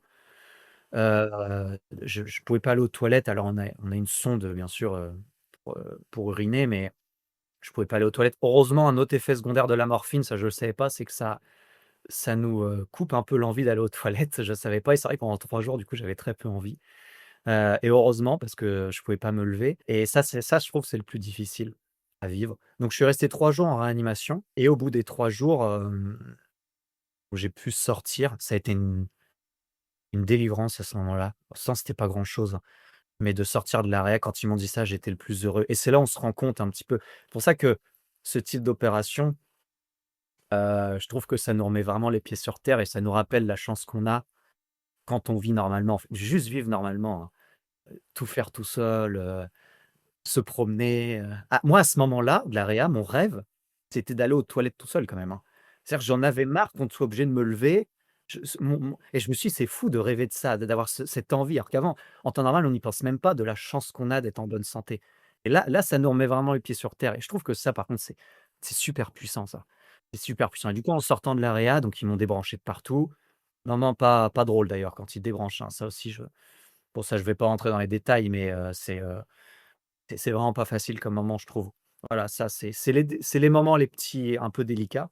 C'est quoi? C'est au niveau des médicaments ou des perfusions ou des drains? Enfin, je sais pas, c'est quoi? Ouais, tout, les trains, toujours. Parce que alors de mémoire, je crois que c'était des drames qui passaient dans mon ventre. D'ailleurs, j'ai encore les cicatrices. J'avais aussi une perfusion au niveau de la alors je sais pas à quoi ça mais En gros, on a un cathé dans le cou et c'est par là où ils peuvent prendre la tension artérielle, la fréquence, et là où ils peuvent aussi mettre, du coup, administrer, en fait, les médicaments parce qu'en fait, c'est en gros, un cathé, c'est, une voie veineuse, mais beaucoup plus grosse qu'une voie veineuse, qui est dans la veine. Ça va directement dans les artères. bah, voilà, bah, tu vois, je me rappelais même pas tout ça, donc c'est très intéressant. Donc oui, ça passait là. J'avais aussi au niveau du bras, que j'ai gardé longtemps d'ailleurs. Voilà, bah, déjà, bah, puis dans le pénis aussi évidemment pour la sonde, hein, ça voilà donc voilà, donc et puis le pansement, donc ce qu'ils appellent la double peau au niveau de la cicatrice, un gros pansement qui colle bien d'ailleurs, il est et donc comme je dis, quand on te met tout ça, tu es endormi, quand on te le retire, tu es réveillé, donc c'est vraiment pas un moment agréable. Alors heureusement, tout est fait pour, voilà, ça diminue un peu les douleurs. Mais heureusement qu'on a de la morphine. Moi, j'avais de la morphine à disposition. En fait, je m'envoyais moi-même mes shoots de morphine, je m'en souviens. Alors c'était limité, bien sûr, mais il me disait: «Vas-y, envoie-toi un petit coup de morphine» et je m'en envoyais régulièrement parce que sinon c'est intenable. Les douleurs, sinon c'est ingérable et donc voilà, donc je sors de la réa, on me débranche, on m'enlève le pansement, ce qu'ils appellent la double peau et je sors et là, ça a été, je me suis senti soulagé de pouvoir retrouver un peu de l'autonomie parce que là, j'avais plus que ma perfusion au niveau du bras, j'avais rien d'autre donc je pouvais me déplacer parce que je déplaçais avec moi, tout l'attirail. Je pouvais me déplacer et enfin, j'allais me laver tout seul, tout ça et donc je suis resté environ 15 jours en réanimation. Alors je tiens à préciser que c'est un peu long. C'est soins intensifs? Parce que je viens de dire réanimation, mais c'est 3 jours réanimation et Pardon, ensuite ouais, 15 jours soins 3 intensifs jours peut-être? Ou tu réanimation ouais. et ensuite 15 jours dans une chambre hospitalisée assez classique, juste pour me surveiller. Oui, oui, c'est ça. Donc je tiens à dire que 15 jours, c'est un peu long, hein. C'est parce que moi, ils m'ont gardé parce qu'en fait, comme du coup, j'avais la valve mécanique, bah, ils ont commencé à me donner mon traitement anticoagulant. Parce que en fait, quand tu as cette valve mécanique, c'est vrai qu'il faut je vais expliquer un petit peu quand même. Ce qui il faut, que le sang, il faut fluidifier le sang, pour pas risquer que des petits caillots sanguins se forment et que ça bloque la valve, en fait. Donc il faut prendre un traitement anticoagulant et donc il faut viser un certain chiffre. Ce chiffre, c'est ce qu'on appelle l'INR, c'est ce qui mesure la fluidité de ton sang et il faut être dans une certaine tranche. Et donc, bah, moi, ils voulaient pas me laisser sortir tant que j'étais pas dans ma zone, en fait. Et j'ai eu beaucoup de mal à l'atteindre, cette zone. Ils ont dû parce qu'à chaque fois, ils augmentent la dose petit à petit. Normalement, il faut une dose assez minime, sauf que moi, dans mon cas, je ne sais pas pourquoi, ils ont pas su m'expliquer. J'ai une très grosse dose. Donc moi, je prends de la Coumadine, c'est le nom de mon médicament, ça sera plus facile. Moi, mon médicament, c'est de la Coumadine. Moi, il me faut une dose assez conséquente. Ils ont du mal à la trouver. Donc je suis resté le temps que j'atteigne cette zone et c'est du coup qu'environ au bout de 15 jours à peu près, que j'ai pu sortir de l'hôpital. Alors moi, je sais ce que c'est la coumadine parce que j'ai eu les 2. J'ai eu l'hélicis et la coumadine. Est-ce que c'est pas trop chiant d'aller, tout le temps au labo pour savoir, ah non, mais non, tu as le Coagucheck du coup? Ouais, j'ai Decoagui-check moi. Oui, c'est vrai vu que, en vrai, c'est les patients qui ont été, opérés avec une valve mécanique, eux, ils ont le droit, du coup. Tous Ouais. les autres ne l'ont pas. Même, tout le monde ne l'a pas, même avec une valve parce que moi, pour avoir contact avec beaucoup de personnes opérées du cœur, en fait, je me rends compte que, je suis presque chanceux parce que je suis l'un des seuls qui a le Coagucheck, hein. Donc le Coagucheck, effectivement, c'est un petit appareil que j'ai chez moi, qui m'évite d'aller au labo. Donc au début, il y avait une infirmière qui venait chez moi, très régulièrement d'ailleurs, je sais plus, mais très régulièrement. Et puis maintenant, je le fais tout seul, c'est un peu comme les diabétiques, en fait. Je me pique le doigt, j'ai une petite, voilà, j'ai une petite bandelette et puis la machine me donne mon chiffre, en fait. Et ce chiffre, chez toi, il doit être compris entre quoi et quoi? Enfin, tu sais? Entre 2,5 et 3,5. OK. Et donc je sais que si c'est trop bas, ça peut former des caillots, du coup, dans ta valve, Ouais, c'est c'est ça. ça? Et si En c'est gros trop haut, tu peux faire des hémorragies, c'est ça? ouais, c'est Enfin, ça. si, ouais, si, ouais, ouais, ouais. Ouais, pour OK. pour faire simple, si c'est trop bas, le risque, c'est qu'effectivement la valve se bloque et le risque, c'est l'AVC. Donc en fait, le plus dangereux, c'est trop bas. Faut surtout pas être trop bas. Trop haut, faut éviter aussi, c'est moins dangereux, mais faut éviter parce que le risque, c'est une hémorragie interne. Ouais, moralement, c'est pas facile. Ouais, on vit un petit peu avec une épée de Damoclès au-dessus de la tête, avec, ce genre de valve, ouais. Ouais et puis c'est une charge mentale, je pense aussi, dans le sens où, se contrôler tous les jours, faut savoir à combien on est. Après, faut savoir, si on est trop haut ou trop bas, faut je sais pas si tu t'auto-médicamentes ou pas, mais en tout cas, moi, c'est ce que je faisais en gros, quand j'étais trop haut ou trop bas, je montais, je descendais. Ah oui, oui, maintenant je gère, hein, parce qu'au début, j'appelais le Ouais. médecin, mais en fait, ce qu'il me disait, c'est ce que je comptais faire à chaque fois. En gros, quand j'étais trop bas, il me disait d'augmenter quelques jours et puis, bon, je dis: «Bon, OK, j'ai compris au bout d'un certain temps».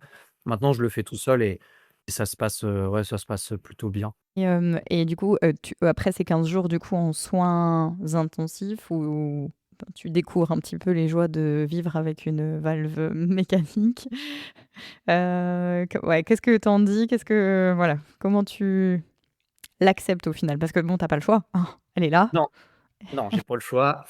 Alors, au tout début, j'ai tellement à cœur de me remettre en forme parce tout début, moi, je me sentais comme un légume, hein, je pouvais même pas aller faire mes courses, j'allais marcher 10 minutes, j'étais essoufflé, mon cœur était vraiment au plus bas, au plus bas. Donc en fait, au tout début, j'avais à cœur de me remettre en forme et j'ai été tellement, focus sur cet objectif qu'en fait, je me suis dit: «Allez Jérém, relève-toi, montre à tout le monde, tu coach, là, tu es reparti de très bas, montre à tout le monde, que tu peux te remettre en forme, que c'est ton métier, tes connaissances et que tu vas y arriver» et en fait, j'avais à cœur de ça. Donc les 6 premiers mois, j'étais tellement dedans, j'ai eu ma réadaptation cardiaque entre 2, tout ça, donc j'étais tellement en mode remets-toi en forme que, ça a été presque. Au niveau de la valve méca pure, ça a été. Voilà, j'apprenais à gérer mes médicaments, l'infirmière venait, enfin j'apprenais plus et je me remettais en forme et donc les 6 premiers mois, Bah, je me suis remis en forme d'ailleurs très bien, je suis très content, je me suis fait mon petit protocole et cetera, mon petit cardio, j'ai repris la muscu tranquillement. J'ai écouté vraiment les médecins, ils m'avaient dit de pas reprendre la muscu avant 3 mois, j'ai pas repris avant 3 mois. Ensuite, j'ai repris en douceur. J'étais vraiment un bon élève à ce niveau-là. Parce qu'il faut savoir que moi, comme je l'ai fait pendant la crise du covid, ma réadaptation cardiaque, je l'ai eue que plusieurs mois après. Normalement, on l'a peut-être je l'ai eu plusieurs mois parce que c'était fermé. Donc j'ai dû me faire ma petite réadaptation cardiaque tout seul, en fait. Heureusement, j'avais les connaissances pour, mais quand même. Donc je l'ai fait tout seul, et donc ça a été. Par contre, il y a juste un truc qui m'a embêté dès les premiers jours, c'est le bruit de la vanne. Ça, c'est dur. Au début, clairement, hein, ça m'empêchait de dormir, ça empêchait même ma compagne de dormir qui était à côté, hein. Et ça a été le plus dur au début à gérer. On s'y fait, maintenant je l'entends, mais pour moi, c'est un bruit qui est normal, donc j'y prête pas attention. Il y a que dans certaines situations, ça me gêne encore un petit peu. Je donne toujours l'exemple des salles d'attente chez les médecins parce que c'est toujours très calme, on est avec d'autres personnes. Voilà, c'est le seul moment où je me dis, «Bon là, je sais que tout le monde m'entend», parce que je vois les gens un peu regarder à droite à gauche et s'ils savaient que c'était mon cœur, ils se diraient: «Mais qu'est-ce que» et voilà, c'est le seul moment où des fois, pareil, la dernière fois, j'ai eu un technicien qui est venu chez moi, du coup, il y avait aucun bruit, on parlait et à un moment, il y a eu un blanc. Il me dit: «Beh, c'est quoi le bruit qu'on entend?» Je dis: «Non, vous inquiétez pas, c'est ma valve» et donc je raconte mon histoire et ils sont toujours très surpris et voilà, c'est la seule chose. Sinon pendant 6 mois, j'étais vraiment dans mon truc, je me suis remis en forme. C'est là où j'ai commencé à partager mon histoire sur les réseaux, sur ma chaîne YouTube. J'ai expliqué aux gens ce que j'ai fait et ça a été. Par contre, ça a été après les 6 mois où du coup j'ai retrouvé une bonne forme physique, où là j'ai eu un peu le contre-coup et je me suis dit, parce que bon, ça commençait à devenir lourd, le médicament. Au début, c'était nouveau donc ça allait, c'était et là, ça faisait plusieurs mois, les médicaments, faire attention à ce que je mange, avoir un peu peur aussi. Quand je me cognais, j'avais des bleus énormes. Quand je me coupe juste un peu, mais même qu'un peu, ça pisse le sang, je fous du sang partout chez moi et là, je me suis dit, «Ah, c'est un peu lourd» et donc j'ai une de nouveau une période de descente. Moralement, ça a été un peu difficile, je dirais 1 an après mon opération. En fait, bizarrement, ça a été 1 an après mon opération que ça a été dur psychologiquement. Parce que j'ai passé cette phase de nouveauté. C'est là où 1 an après, où je me suis dit: «Oh mais en fait, ça va être ton quotidien à vie, en fait» et et c'est là où j'ai pris vraiment ce coup-là. Donc voilà, ça a été ce qui a été difficile. Donc j'ai une petite période de pas très bien, on va dire.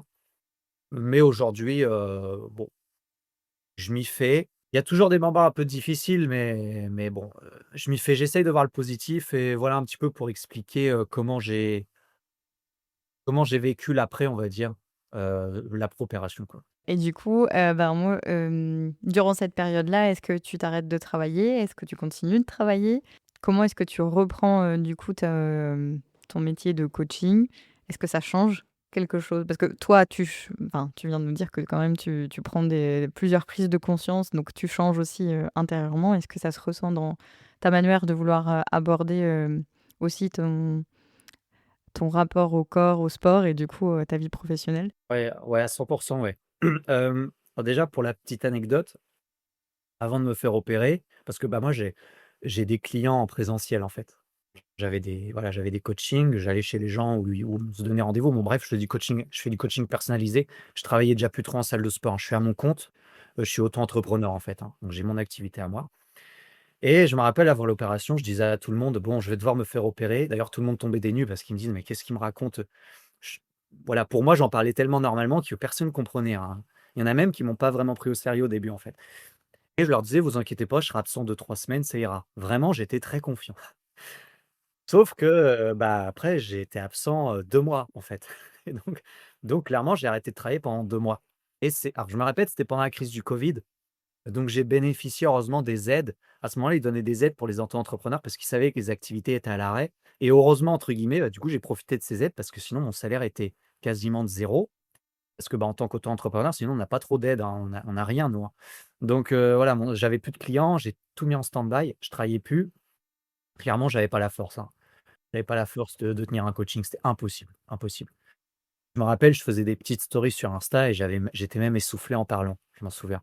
Donc voilà, donc c'était en stand-by et j'ai repris tranquillement environ 2 mois après, même un peu plus je crois, hein. J'ai mis du temps à reprendre honnêtement. Et j'ai repris tranquillement. Heureusement, moi, comme je suis coaching en présentiel, je donnais plus de cours collectifs. Donc en soi, je pouvais gérer mon effort. J'étais à côté de la personne, je lui expliquais, mais je faisais pas vraiment le sport avec elle, heureusement, parce que cours collectif, j'aurais jamais pu. Donc voilà, donc j'ai repris comme ça tranquillement et puis donc la on va dire la deuxième question, c'est est-ce que ça a changé quelque chose au niveau de mon ma vision des choses sur le sport et le coaching? Oui, ça a beaucoup changé. Avant, comme on le disait, j'étais dans l'extrême. Je cherchais la performance, être le plus musclé et même si je faisais attention à ce que je mangeais, mais en fait, par exemple, alors je faisais attention à ce que je mangeais pour mes performances, mais pas tant pour ma santé.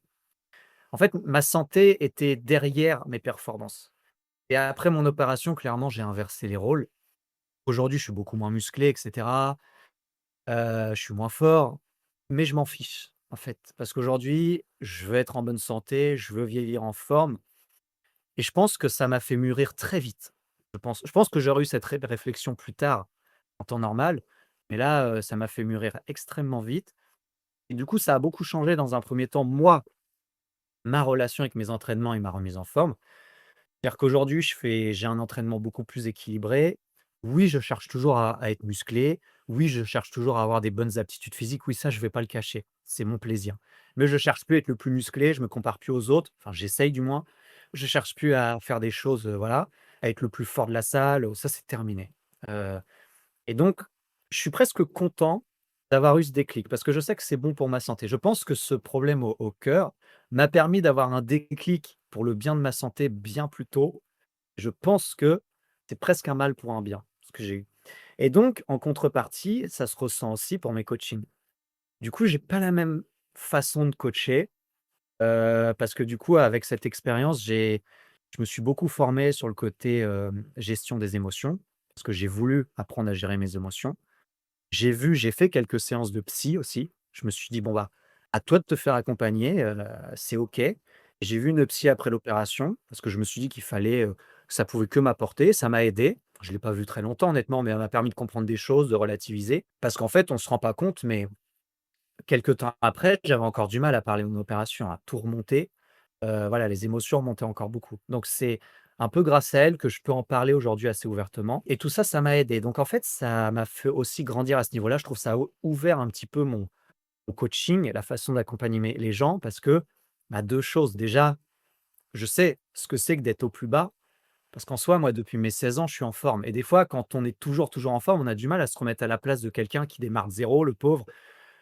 Et des fois, je pense que j'étais trop en haut, je me rendais pas forcément compte. Et aujourd'hui, oui, je me rends compte de ce que c'est. Moi aussi, je suis reparti d'en bas. Moi aussi, je sais ce que c'est que d'être à zéro, de retraverser des choses.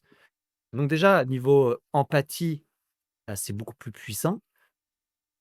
Et puis comme je me suis formé sur les émotions, bah, aujourd'hui, j'ai plus de discours. J'ai pas que: «Fais ton programme, tais-toi, fais-le». Non, j'essaye de comprendre, j'essaye d'améliorer les choses vraiment intérieurement. Pourquoi la personne, moi, je fais beaucoup de perte de poids.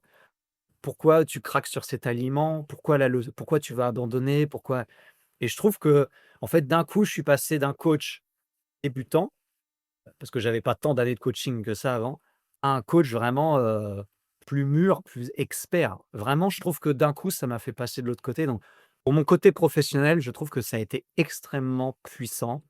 Je trouve que ça m'a fait grandir d'un coup et pour ça, en allant loin dans ma réflexion, je suis presque reconnaissant de ça. Je me dis, voilà, peut-être que la vie a voulu me faire comprendre ça, je sais pas, prends-le du bon côté et j'en suis presque reconnaissant de m'avoir fait grandir d'un coup comme ça. Donc voilà, j'essaye d'en tirer le positif. J'essaye, comme on dit, de voir le verre à moitié plein. C'est pas toujours facile, attention. C'est facile de faire un beau discours comme ça. C'est pas tous les jours rose. Il y a des fois, je suis comme tout le monde, je me dis: «Mais pourquoi moi? Pourquoi la vie me fait tout ça?» Il y en a qui ont j'ai l'impression qu'ils ont aucun problème. Pourquoi moi je suis obligé de faire attention à tout? Je me dis aussi, depuis que j'ai 16 ans, je fais gaffe à ce que je mange, je fais du sport, je bois pas d'alcool, je fume pas et je me fais opérer du cœur. Des fois, on se le dit tout ça, on est obligé. Je me dis: «Mais pourquoi?» Et en fait, avec du recul, on se dit: «Non, mais c'est comme ça, il y a pire, c'est la vie, c'est les obstacles, faut avancer» et voilà, c'est vraiment ce que j'essaye de me dire aujourd'hui. J'avais juste, une question, je rebondis un peu sur, ce que tu viens de dire. Est-ce que en fin de compte, tes clients, eux, ils ont aussi vu ta manière, de faire changer? Est-ce qu'ils ont vu la différence entre, le toi avant et le toi après l'opération? Ou est-ce que c'est même pas Ah, les mêmes clients? Alors, ouais, déjà, bon, ça tourne pas mal les clients, mais c'est vrai que j'en ai gardé, hein. J'en ai gardé, de avant, après l'opération. C'est une bonne question. Honnêtement, je ne sais pas. Je ne sais pas s'ils ont vu un changement. Maintenant, on en parle parce que, bah, moi, je crée des liens avec mes clients, hein. Il y a des clients, je les vois plus que ma famille, hein. Il y a des clients, je les vois plusieurs fois, par semaine, toutes les semaines depuis des années.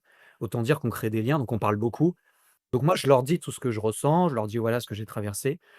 Est-ce qu'eux, ils ont vu un changement? Ils me l'ont pas dit, je ne sais pas, honnêtement. Je pourrais pas parler à leur place. Hem, mais ils ont bien vu par contre que des fois, ils le ressentent parce qu'ils ont bien vu, par exemple, avant, c'est bête, mais je j'étais beaucoup plus musclé. Et là, on me dit: «Jérém, tu cherches pas à être plus musclé?» Donc ils ont vu qu'il y avait un changement dans la façon de m'entraîner. Ils ont vu que j'avais et je leur explique, je dis: «Non, voilà, moi, ma priorité maintenant, c'est d'être plus complet, c'est pas d'être juste le plus musclé, c'est être plus complet». Il y a juste cette petite chose où j'ai eu des commentaires. Sinon, sur ma façon de coacher, honnêtement, je sais pas. Je sais pas si eux, ils ont vu une différence. Et moi, je voulais te demander si toi, après, tu avais envie de reprendre aussi le sport pour toi et bah, tu disais, là, c'était beaucoup plus respectueux de ta santé. Est-ce que tu as repris une activité? Comment tu l'as reprise? Est-ce que tu peux nous dire ça? Ouais. Oui, alors c'est vrai que depuis l'opération, du coup, je teste plein de choses. Alors la base de ma pratique sportive restera la musculation. Parce que pour moi, d'ailleurs, on pourra le partager aussi, ça c'est vraiment c'est pour ça que je partage sur les réseaux, c'est que pour moi la muscu est la base de la santé pour l'être humain. On y pense peu, ça fait peur, mais et même pour les opérés du cœur. Je sais que c'est déconseillé pourtant et moi, c'est pour ça que moi je donne mon avis à ce niveau-là, parce que je suis persuadé que la muscu aide beaucoup plus qu'elle ne dégrade, en fait. Bien sûr, si on fait les choses bien, attention, mais c'est comme tout. Donc la muscu reste la priorité dans ma pratique sportive. Par contre, c'est vrai que depuis l'opération, je fais beaucoup plus de cardio et donc j'ai acheté, une montre qui suit mon rythme, je regarde un peu mes performances, donc j'accorde plus d'importance. Avant, je le faisais aléatoirement le cardio. Maintenant, j'y accorde plus d'importance, le cardio fait plus partie de ma vie, et aussi, j'ai envie de me donner d'autres défis, qui sont possibles pour moi. Quand je dis possible, par exemple, je sais qu'aujourd'hui, j'irai pas faire du football américain en club. Parce que sport à impact, c'est totalement déconseillé, donc je le sais. Par contre, j'ai envie de faire des courses, pourquoi pas des courses des marathons, des choses comme ça. Parce que ça, c'est du cardio, c'est une intensité qu'on gère. On peut, il y a pas de souci, même avec un problème cardiaque. Et donc il est vrai que j'ai cherché une discipline et donc bah, il y a une nouvelle discipline qui est arrivée qui s'appelle l'Irox, c'est en fait, donc c'est une course de 8 kilomètres de course à pied et entre chaque kilomètre, il y a un exercice de fitness à faire. Donc pour ceux qui connaissent les termes, il y a des burpees, des fentes, des wall balls. Pour faire simple, c'est les exercices, où tu sautes, tu lances une balle, tu tires un traîneau, tu pousses le traîneau, voilà, tu fais du rameur, voilà. Et j'ai fait donc en fait, pendant plusieurs mois, du coup, je me suis préparé pour faire un Irox, ça a été mon défi parce que dans mon lit d'hôpital, donc c'était en sortant de réanimation, je me rappellerai toute ma vie de ce moment. Il y a un cardiologue qui est rentré, un cardiologue que j'avais pas encore vu parce qu'il m'avait changé d'hôpital, en fait, parce qu'il m'avait passé de Rouen au Havre, vu que moi je suis du Havre et du coup je suis passé j'étais au Havre et du coup, un cardiologue est arrivé que j'avais jamais vu, il m'a dit: «Bon, bah, Jérémy, tu fais quoi dans la vie?» Et je lui ai dit: «Je suis coach sportif» et il a rigolé, il s'en est pas rendu compte, je pense. Il a rigolé, il m'a dit: «Bon, bah, va falloir, te réorienter alors», ce qu'il rendait pas compte, là, il m'a détruit à ce moment-là, il s'en est pas rendu compte. Parce que moi, coach, c'était mon métier de rêve et justement ma crainte, c'était qu'on me dise: «Tu dois arrêter ton métier à cause de ça». Et lui, en fait, sans s'en rendre compte, il avait, appuyé sur ma plus grande peur à ce moment-là. C'est tout ce que je voulais pas entendre, ce qu'il avait dit et il s'en est pas et c'est là où j'ai vu là, que les mots peuvent être très puissants. C'est ça aussi en tant que coach, j'ai beaucoup appris grâce à lui et juste avec cette phrase. Je me dis: «Fais attention à ce que tu dis à tes clients». On se rend pas compte, mais suivant ce que vivent les gens, là, une petite phrase peut les détruire. C'est bête, hein, mais quelqu'un qui vit très mal son surpoids, si tu lui dis: «Tiens, tu as pris un peu du ventre en rigolant», ça peut le détruire, en fait. Et du coup, c'est pour ça et lui m'avait détruit, en fait. Et du coup, au moment où il m'a dit ça, donc j'ai déprimé pendant 1 heure dans ma chambre, hein, autant le dire, hein, j'ai complètement déprimé et après j'ai repris un peu mes esprits et je me suis dit: «OK, tu vas le faire mentir. Un jour, tu referas une compétition sportive dans ta vie». Je savais pas quoi, hein. Je savais pas quoi, mais je lui ai dit: «Un jour, tu vas refaire une compétition» et donc je me suis juré de refaire une compétition sportive. Voilà, donc ça, c'est pour la petite anecdote, qui m'a amené, d'ailleurs, autre parenthèse, j'avais des rendez-vous avec mon chirurgien, régulièrement après l'opération, normal pour qu'il regarde un petit peu l'état et en fait, je voulais lui poser la question, de savoir si mon activité professionnelle ou sportive allait être impactée. J'ai mis plusieurs mois, j'ai pas osé lui poser la question pendant plusieurs mois parce que j'avais très peur de la réponse. J'avais très peur qu'il me dise: «Bah oui, Jérémy, il faut que tu arrêtes», et en fait, par crainte, je ne lui ai pas posé et à un moment, j'ai pris mon courage à 2 mains, je me dis: «Bon, pose-lui, de toute façon, il faut bien que tu le saches, il faut que tu aies le cœur net» et c'est lui qui m'a rassuré. C'est mon chirurgien qui m'a dit: «Jérém, on t'a réparé». Il a dit ce mot-là. Il m'a dit: «On t'a réparé, ne t'inquiète pas». Donc il m'a dit: «Bien sûr, voilà, oui, tu as un problème par rapport aux autres», mais il m'a dit: «Tu fais ce que tu veux. Ceux qui te disent, d'arrêter la muscu et tout, tu les écoutes pas». Et parce qu'en fait, c'est quelqu'un qui est sportif à la base lui aussi, hein. Il fait des triathlons, je crois. Donc il a ce côté un peu sportif et c'est lui qui m'a rassuré et on se rend pas compte, mais donner de l'espoir à quelqu'un comme ça, c'est très puissant. C'est très puissant et des fois, vaut mieux de p enfin, même si on sait que oui, on sait que faire de la muscu à outrance, c'est pas forcément le meilleur des choix, mais c'est pas grave. Si ça donne de l'espoir à la personne, bien sûr, il faut bien lui faire comprendre qu'il faut faire les choses bien, qu'il faut bien contrôler, mais donner de l'espoir, je trouve que c'est ce qu'il y a de plus beau et heureusement qu'il a eu ces mots et il m'a vraiment regonflé à bloc. Donc voilà, donc bref, donc j'ai continué et donc je me suis dit donc j'ai découvert cet Hyrox, cette nouvelle discipline, je me suis dit: «Voilà, ça, ça demande du cardio, c'est OK, c'est gérable. Ça demande pas des charges astronomiques, c'est dans mes cordes». Je me dis: «Ça, c'est parfait ça. Ça, c'est parfait. Je vais faire un Hyrox». Je me suis dit: Ça va être ma revanche» et donc bah, je me suis préparé. Donc pareil, la salle où je m'entraînais, monter un groupe pour faire, plusieurs Hyrox parce que maintenant il y en a plusieurs dans le monde et il y en a quasiment tous les week-ends, hein. Donc j'en ai trouvé un pas trop loin de chez moi et j'en ai trouvé un en Belgique. Je me dis: «Allez, je m'inscris, on y va, j'ai 6 mois pour me préparer, je vais faire cet Hyrox». Et donc là, bah, ça a été beaucoup de cardio, beaucoup de circuits très intenses, beaucoup de haute intensité. Donc j'avoue, là, j'ai un petit peu poussé, je l'avoue, mais du coup, beaucoup moins de muscu, par contre. Donc juste un peu pour garder un peu de force et un peu de voilà, mais j'avais déjà un très bon niveau en muscu, donc je me suis surtout concentré sur le cardio. Et donc voilà, donc je me suis préparé comme ça pour mon Hyrox. Arrive le jour J de l'Hyrox, je le fais et il se passe très bien. Voilà, très bien. Je me sens super bien, mon corps parce qu'il faut se le dire, hein, quand même. Depuis mon opération, je pense quand même. Je me dis: «J'espère que tout va bien se passer pour mon cœur». Avant, j'y pensais pas du tout à mon cœur et depuis cette opération, j'y pense. Je me dis: «Mince, si je sens une douleur pendant la course, qu'est-ce que je fais, quoi?» Et j'avais peur, en fait. J'avais une petite crainte, hein et c'est pour ça qu'en fait, je stressais pas tant pour l'Aerox en lui-même, je stressais pour savoir si mon cœur allait tenir. Stress que je connaissais pas avant et je me dis: «Bon allez, allez, tu y vas, tu t'es entraîné». Et ça s'est très bien passé. J'ai fait un bon temps, j'ai fait le temps que je voulais, donc ça a été ma plus belle victoire sportive depuis mon opération. Ça a été cet Hyrox parce que ça demande une super condition physique et alors je l'ai fait pour moi, mais je l'ai aussi fait pour prouver aux autres, c'est pour ça que je l'ai partagé sur ma chaîne YouTube, pour prouver aux autres opérés du cœur. Je leur dis pas forcément de faire un Hyrox, attention. Et je leur dis: «Voilà, vous pouvez retrouver une très belle condition physique, vous pouvez, croire en vous, n'ayez pas peur de faire du sport, c'est bon pour vous» et aujourd'hui, mais j'ai encore passé une écho il y a pas longtemps là, il y a 2 mois là, ça va très bien, ça va très bien et donc voilà, donc je suis très content de l'avoir faite et aujourd'hui, donc je suis dans cet état d'esprit au niveau de ma pratique sportive, donc depuis que mon Aerox s'est passé, j'ai quand même ralenti un petit peu, mais voilà, je reste dans un focus musculation, cardio, des petits circuits de temps en temps et voilà, c'est mon équilibre en ce moment au niveau du sport. Et est-ce que du coup ton histoire qui du coup est liée aux pathologies cardiaques, est-ce que ça apporte une, je sais pas, tu vois, une particularité? Est-ce que tu accompagnes du coup plus de personnes qui ont des pathologies, cardiaques aussi? Vu que tu es passé par là, je me dis c'est quand même une plus-value, tu vois, d'apporter le fait que, ben, j'ai vécu ça de l'intérieur et je peux comprendre peut-être mieux que d'autres coachs certaines, phases de ce que les gens avec une pathologie cardiaque peuvent traverser. Ah ouais, totalement. Alors moi, il faut savoir que j'avais déjà une petite chaîne YouTube, mais c'était comme ça et donc j'ai mis ma première vidéo où j'ai, retracé mon année de remise en forme après mon opération du cœur. Et cette vidéo-là, je l'ai mise sans rien en attendre. Je me suis dit: «Allez, je vais partager, si ça peut aider rien qu'une personne, ça me fait plaisir». Parce qu'en fait, il faut savoir que quand j'ai su que j'allais me faire opérer, j'ai cherché des infos partout sur internet. Parce que moi, je voulais savoir comment allait être ma vie sportive après mon opération du cœur.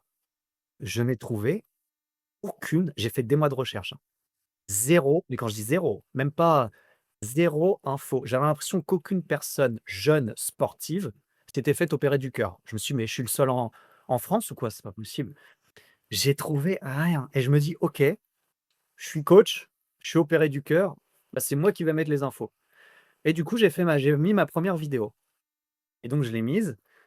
Et alors, elle a pas fait des millions de vues, hein, mais elle a fait, quand même quelques milliers de vues. Aujourd'hui, je crois qu'elle est à 10 000. Oh, je sais plus. Mais bref, mais c'est pas ça le principal. Le principal, c'est que chaque personne qui a regardé me laissait un commentaire et j'ai commencé à avoir des commentaires de me dire: «Mais merci, c'est super intéressant, enfin quelqu'un qui en parle». Et j'ai reçu des commentaires et il y a même des gens qui me contactaient, qui m'envoient des emails. Il dit: «Mais Jérém, est-ce que je peux t'appeler? J'ai besoin d'en parler». Et je dis: «Mais» alors ça s'est fait au fil des années, hein, ça s'est pas fait en quelques mois, hein, mais au fil des années, j'avais des gens qui me contactaient. Je dis: «Waouh, c'est» ça me faisait plaisir et même moi, ça me reboostait. J'avais envie de faire ça pour les autres, de vraiment, ça me portait. Donc j'ai commencé à appeler des gens, on en parlait, voilà, mais au début, j'allais pas plus loin. J'en parlais, je partageais mon expérience. J'ai mis d'autres vidéos. En plus, je gagnais en expérience. Moi, je gagnais en années de vivre avec cette valve mécanique, de vivre avec ce problème, donc je mettais des vidéos, toutes les questions qu'on me posait, je les traitais en vidéo et j'en ai mis une dizaine qui traitent de l'opération du cœur, je pense, sur ma chaîne YouTube et dont certaines qui ont fait beaucoup de vues. D'ailleurs, celle sur la valve mécanique a fait plus de 10 000 vues parce que c'est un sujet dont personne ne parle. J'ai l'impression d'être le seul à en parler, d'ailleurs, je comprends toujours pas pourquoi. Et là, j'ai plein de personnes qui m'ont contacté et dont des personnes, bah, assez jeunes.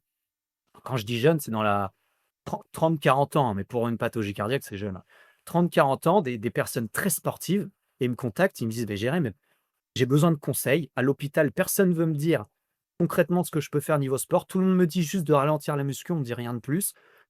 Ils m'ont dit: «Toi, on a vu que enfin, j'ai vu que tu avais réussi. Voilà, j'ai besoin de quelqu'un comme toi qui me conseille». Et là, on a commencé à vouloir des conseils de moi. Et là, je me dis: «Attention, ça peut être dangereux» parce que je suis pas médecin. Donc je disais bien à tout le monde: «Attention, hein, je suis pas chirurgien, je suis pas cardiologue. Moi, je reste dans le domaine du sport et de l'alimentation». Parce qu'il y a même des personnes qui commençaient à me demander des conseils. Est-ce que je dois choisir la valve méca, la valve biologique, les médicaments? Je dis: «Non, moi, je ne parle pas de ça. Ça, c'est ton médecin qui t'en parlera. Moi, je reste». Et voilà, et donc j'ai fait mon petit bonhomme de chemin. Donc ça a duré plusieurs années parce qu'aujourd'hui ma chaîne elle a cin enfin ça fait 5 ans que j'en parle du coup, hem et j'avais de plus en plus de personnes, dont j'ai eu mes premiers clients effectivement. Donc moi j'accompagne des personnes en ligne, donc à se remettre en forme, et j'ai commencé à avoir un client qui avait fait une crise cardiaque, je m'en rappelle, et qui m'a contacté. Il m'a dit: «Voilà, je suis monté à 120 kilogrammes, j'ai fait une ça va plus du tout, j'ai très peur pour mon cœur. Toi, j'ai vu que tu t'étais fait opérer du cœur, est-ce que tu peux m'accompagner?» Bon, bah, j'ai dit: «OK, vas-y». C'était le premier. C'était un jeune papa en plus dans la trentaine, il venait d'avoir ses 2 enfants, enfin, je lui dis: «OK, je t'accompagne». Et il a perdu, 35 kilogrammes. Il a perdu 35 kilogrammes, il s'est remis au sport, tout s'est bien passé et je me dis: «Ouais, c'est quand même génial». C'est quand même génial de pouvoir me servir de mon expérience pour aider. Du coup, j'ai décidé d'en faire ma petite différenciation sur les réseaux. C'est-à-dire, oui, je suis coach sportif, mais le petit truc en plus, c'est que moi, je suis vraiment «spécialisé» entre guillemets pour les gens qui ont un cœur un peu fragile. Alors, j'accompagne pas que des personnes opérées du cœur, mais les personnes opérées du cœur, vous pouvez venir me voir, je vous répondrai. Si je peux vous répondre, bien sûr, je resterai, je me mettrai jamais en conflit avec un hôpital ou avec un cardiologue. Moi-même, je vais leur demander conseil. Donc vraiment là-dessus, je les écoute. Mais voilà, si vous voulez des conseils sur le sport, je peux vous partager les conseils. Et j'ai commencé à avoir 2-3 personnes opérées du cœur en suivi. Et je les ai aidés comme ça. En fait, je les ai plus aidés à retrouver confiance, au-delà de la transformation physique. C'est plus pour retrouver confiance. Que j'ai des personnes clairement qui m'appellent, qui me disent: «Bah, moi j'ai pas vraiment d'objectif, je veux juste reprendre ma pratique de la muscu, du triathlon, mais j'ai peur de faire n'importe quoi». Et voilà, et c'est juste ça, j'ai peur de faire n'importe quoi. Ils veulent juste être rassurés, en fait. Et donc au bout de plusieurs années comme ça, j'ai commencé à faire des recherches. J'ai dit: «Mais est-ce qu'il existe concrètement un programme dans le monde qui accompagne les gens opérés du cœur, mais très sérieusement sur le sport, pas juste de leur adaptation cardiaque?» Vraiment un programme qui aide les gens à reprendre le sport avec une bonne intensité, à refaire même des compétitions. Est-ce que ça existe? J'ai fait mes recherches et bah, dans le monde, hein, J'ai trouvé qu'un seul programme, un seul dans le monde. Je crois que c'est aux États-Unis, je suis pas sûr. Et aujourd'hui, ils sont tellement gros, il y a tellement de la demande, ils sont même associés avec plein d'hôpitaux, des médecins, ils ont des milliers de personnes dans leur équipe et ils accompagnent des gens de, je pense, plein de toutes les personnes anglophones, je pense, qui, opérées et je me dis: «Mais c'est génial, quoi». Nous, ça existe pas dans les enfin, déjà, il y en a qu'un seul qui existe et donc dans les pays francophones, il y en a zéro. Et donc je me dis: «C'est génial». Donc bien sûr, je suis pas à leur niveau, mais je me dis: «Bah, moi aussi, je vais doucement essayer de créer un programme entre guillemets «adapté», me servir de mon expérience, de ma remise en forme, mais adapté un petit peu pour tout le monde». Et donc j'ai fait, un jour sur une de mes vidéos, j'ai fait: «Voilà, je vous laisse un questionnaire. Toutes les personnes qui veulent laisser leurs coordonnées pour qu'on s'appelle, on s'appelle». Moi, je voulais juste récolter des données et donc j'ai une quinzaine de personnes qui m'a appelé et je leur ai juste dit, je leur ai dit: «Voilà, aujourd'hui, tu aurais besoin de quoi?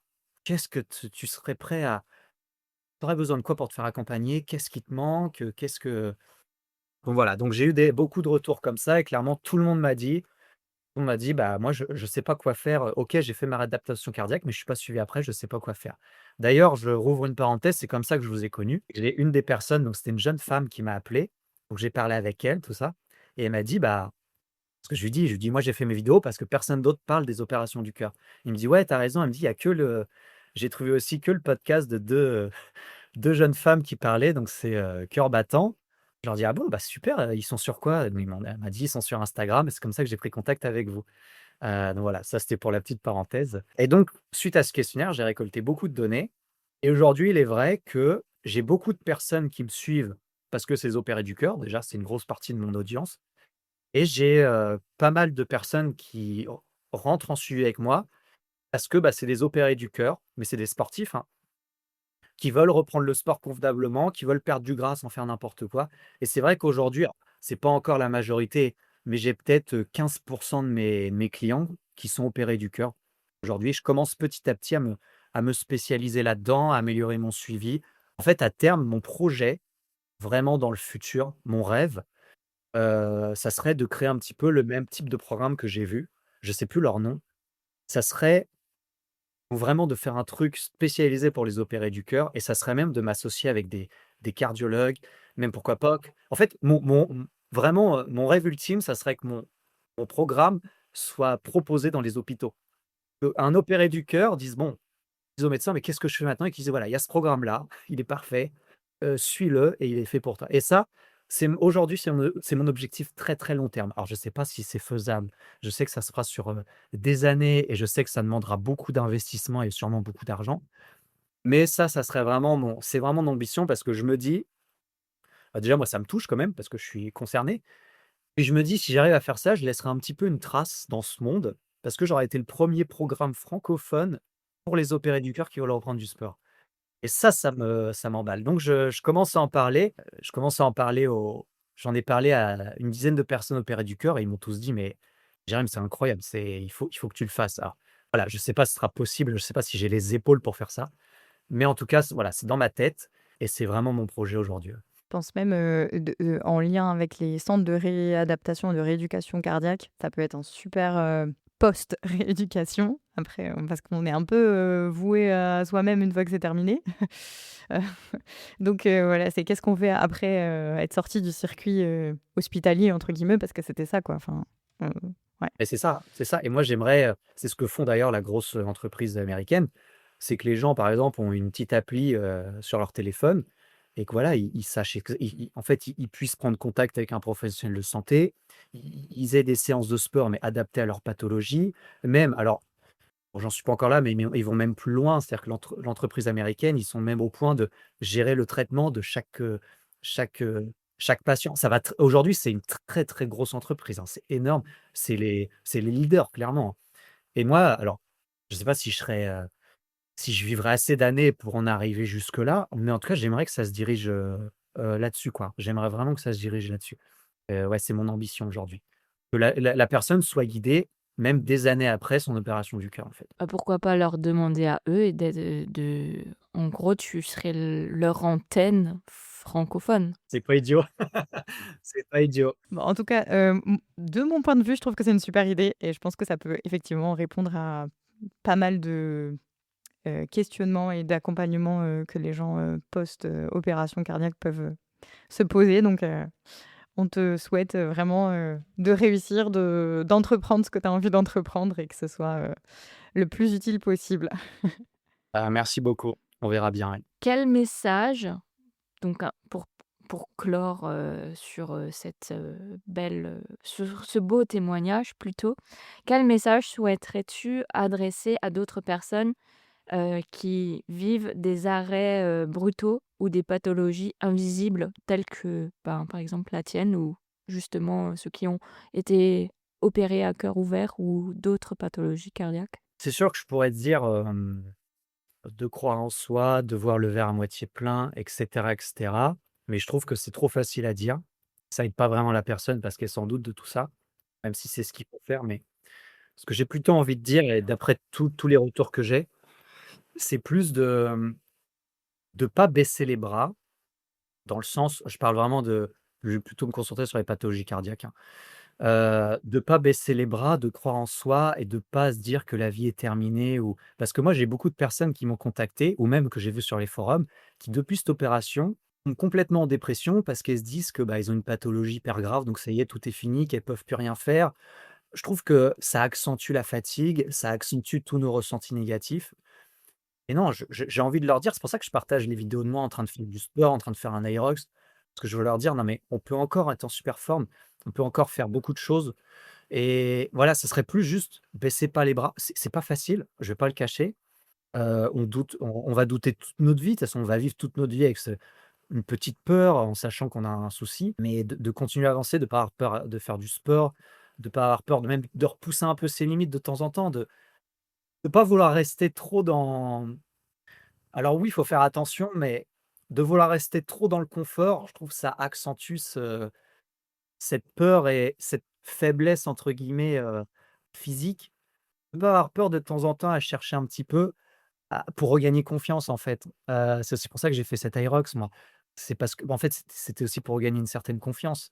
Voilà, c'est ce que je dirais à quelqu'un, qui va vivre un arrêt brutal, c'est juste de faire en sorte d'essayer de se relever, mais vraiment, petit à petit chaque jour. C'est sûr que du jour au lendemain, on retrouvera pas une confiance et on redeviendra pas une machine de guerre, du jour au lendemain. Et le tout, c'est de pas rester à terre, en fait. On va pas se le cacher, c'est un moment où la vie nous met un peu à terre. Et comme, des millions de personnes avec, je ne sais combien de pathologies et de maladies et de problèmes de la vie différentes, hein. Donc OK, là, on a été à terre. Relève-toi, en fait. C'est quoi l'autre possibilité? Rester à terre, quel est l'intérêt de rester à terre? Je me répète, hein, c'est facile à dire, mais je veux dire, la vie, on en a qu'une. On n'a pas de deuxième chance dans la vie. On ne peut pas faire recommencer. Donc, je veux dire, quitte à rester à terre, bah, autant tout tenter. Autant, vas-y, essaye de te relancer, remets-toi en forme. Ça n'a aucun intérêt de se laisser un petit peu déprimer. Et je me répète aussi, par contre, ne pas hésiter à se faire accompagner. Moi, j'ai été voir une psy, je pensais pas un jour dans ma vie aller voir une psy, honnêtement. Ça m'a aidé, c'est pour ça que je propose du coaching, ça aide, des professionnels sont là. Je veux dire mettre toutes les chances de son côté pour se relever, investir sur soi-même, penser plus à soi-même, en fait. Donc investir sur sa santé, bien manger, faire un peu de sport, investir dans un accompagnement, pourquoi pas, dans n'importe quelle sorte, que ça soit psychologique, sportif, nutritionnel, je ne sais quoi. Et voilà, investir sur soi, se faire accompagner, mais vraiment remonter la pente petit à petit. Et ça, j'insiste sur le petit à petit parce que c'est aussi une expérience, enfin pas mal de retours que j'ai. C'est que moi, je sais ce que c'est que de se remettre en forme parce que j'ai le retour de pas mal de clients. J'ai aidé des centaines de personnes aujourd'hui. Je trouve le risque, c'est de vouloir retrouver son niveau trop vite. Je parle pour les anciens sportifs souvent. C'est moi, j'ai beaucoup de sportifs, ils me disent: «Mais Jérémy, moi je suis déprimé, avant je faisais ça, ça, ça». Mais on s'en fout de ce que tu faisais avant. C'est pas grave.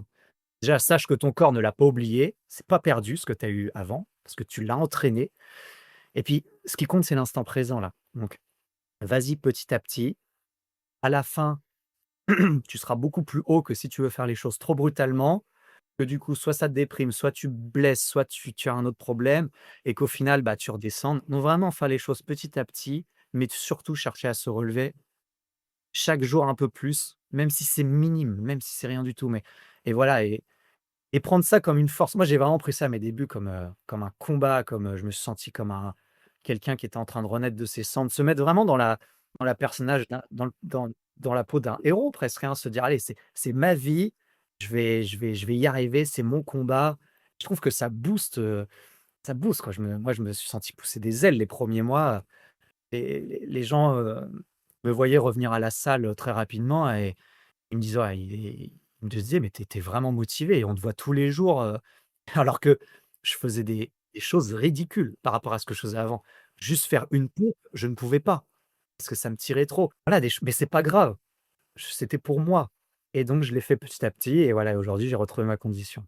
Donc ça, je pense que c'est ce que je dirais à quelqu'un qui vit une situation difficile, hein. Bah, en tout cas, merci infiniment pour ton témoignage parce que c'était vraiment hyper, intéressant et je trouve que tu as vraiment su, faire de ton parcours qui était pas forcément simple, qui aurait pu rester quelque chose de pas très, joyeux au final, de rester sur une note un peu, bah, voilà, il m'est arrivé une seconde opération, c'était pas du tout prévu, puis, bah, j'aurais peut-être dû arrêter le sport ou changer complètement ma carrière, professionnelle et ben, je trouve que c'est aussi une super force de résilience de se dire que en fait non, c'est possible, en étant patient comme tu le dis, en avançant petit pas par petit pas et je trouve que tes projets à venir et la manière dont tu as su, rebondir, sur tous les plans, c'est hyper chouette, quoi. Bravo à toi, déjà et on te souhaite, ben, plein de belles choses à venir encore. Merci à vous. Merci beaucoup Jérémy et puis, merci d'avoir partagé tes belles valeurs, vraiment. Ouais. C'était, un beau partage et très enrichissant. Merci. Ouais, merci beaucoup. Merci à vous pour cette invitation, en tout cas. Merci infiniment Jérémy d'avoir partagé ton histoire avec autant de sincérité. Ton témoignage est une belle leçon de vie. Oui, les pathologies cardiaques peuvent bouleverser une existence, mais elles ne définissent pas toute une personne. Tu nous montres que l'on peut rebondir, se réinventer, trouver un nouvel équilibre et même continuer à nourrir ses passions, en l'occurrence le sport, différemment, mais avec toujours autant d'intensité et de cœur. Nous te souhaitons de poursuivre ton chemin avec la même énergie, la même détermination et que tu continues à inspirer ceux qui croisent ta route. Que ce soit dans une salle de sport, en compétition ou ici, à travers nos micros. Merci pour ta voix et merci pour ta confiance.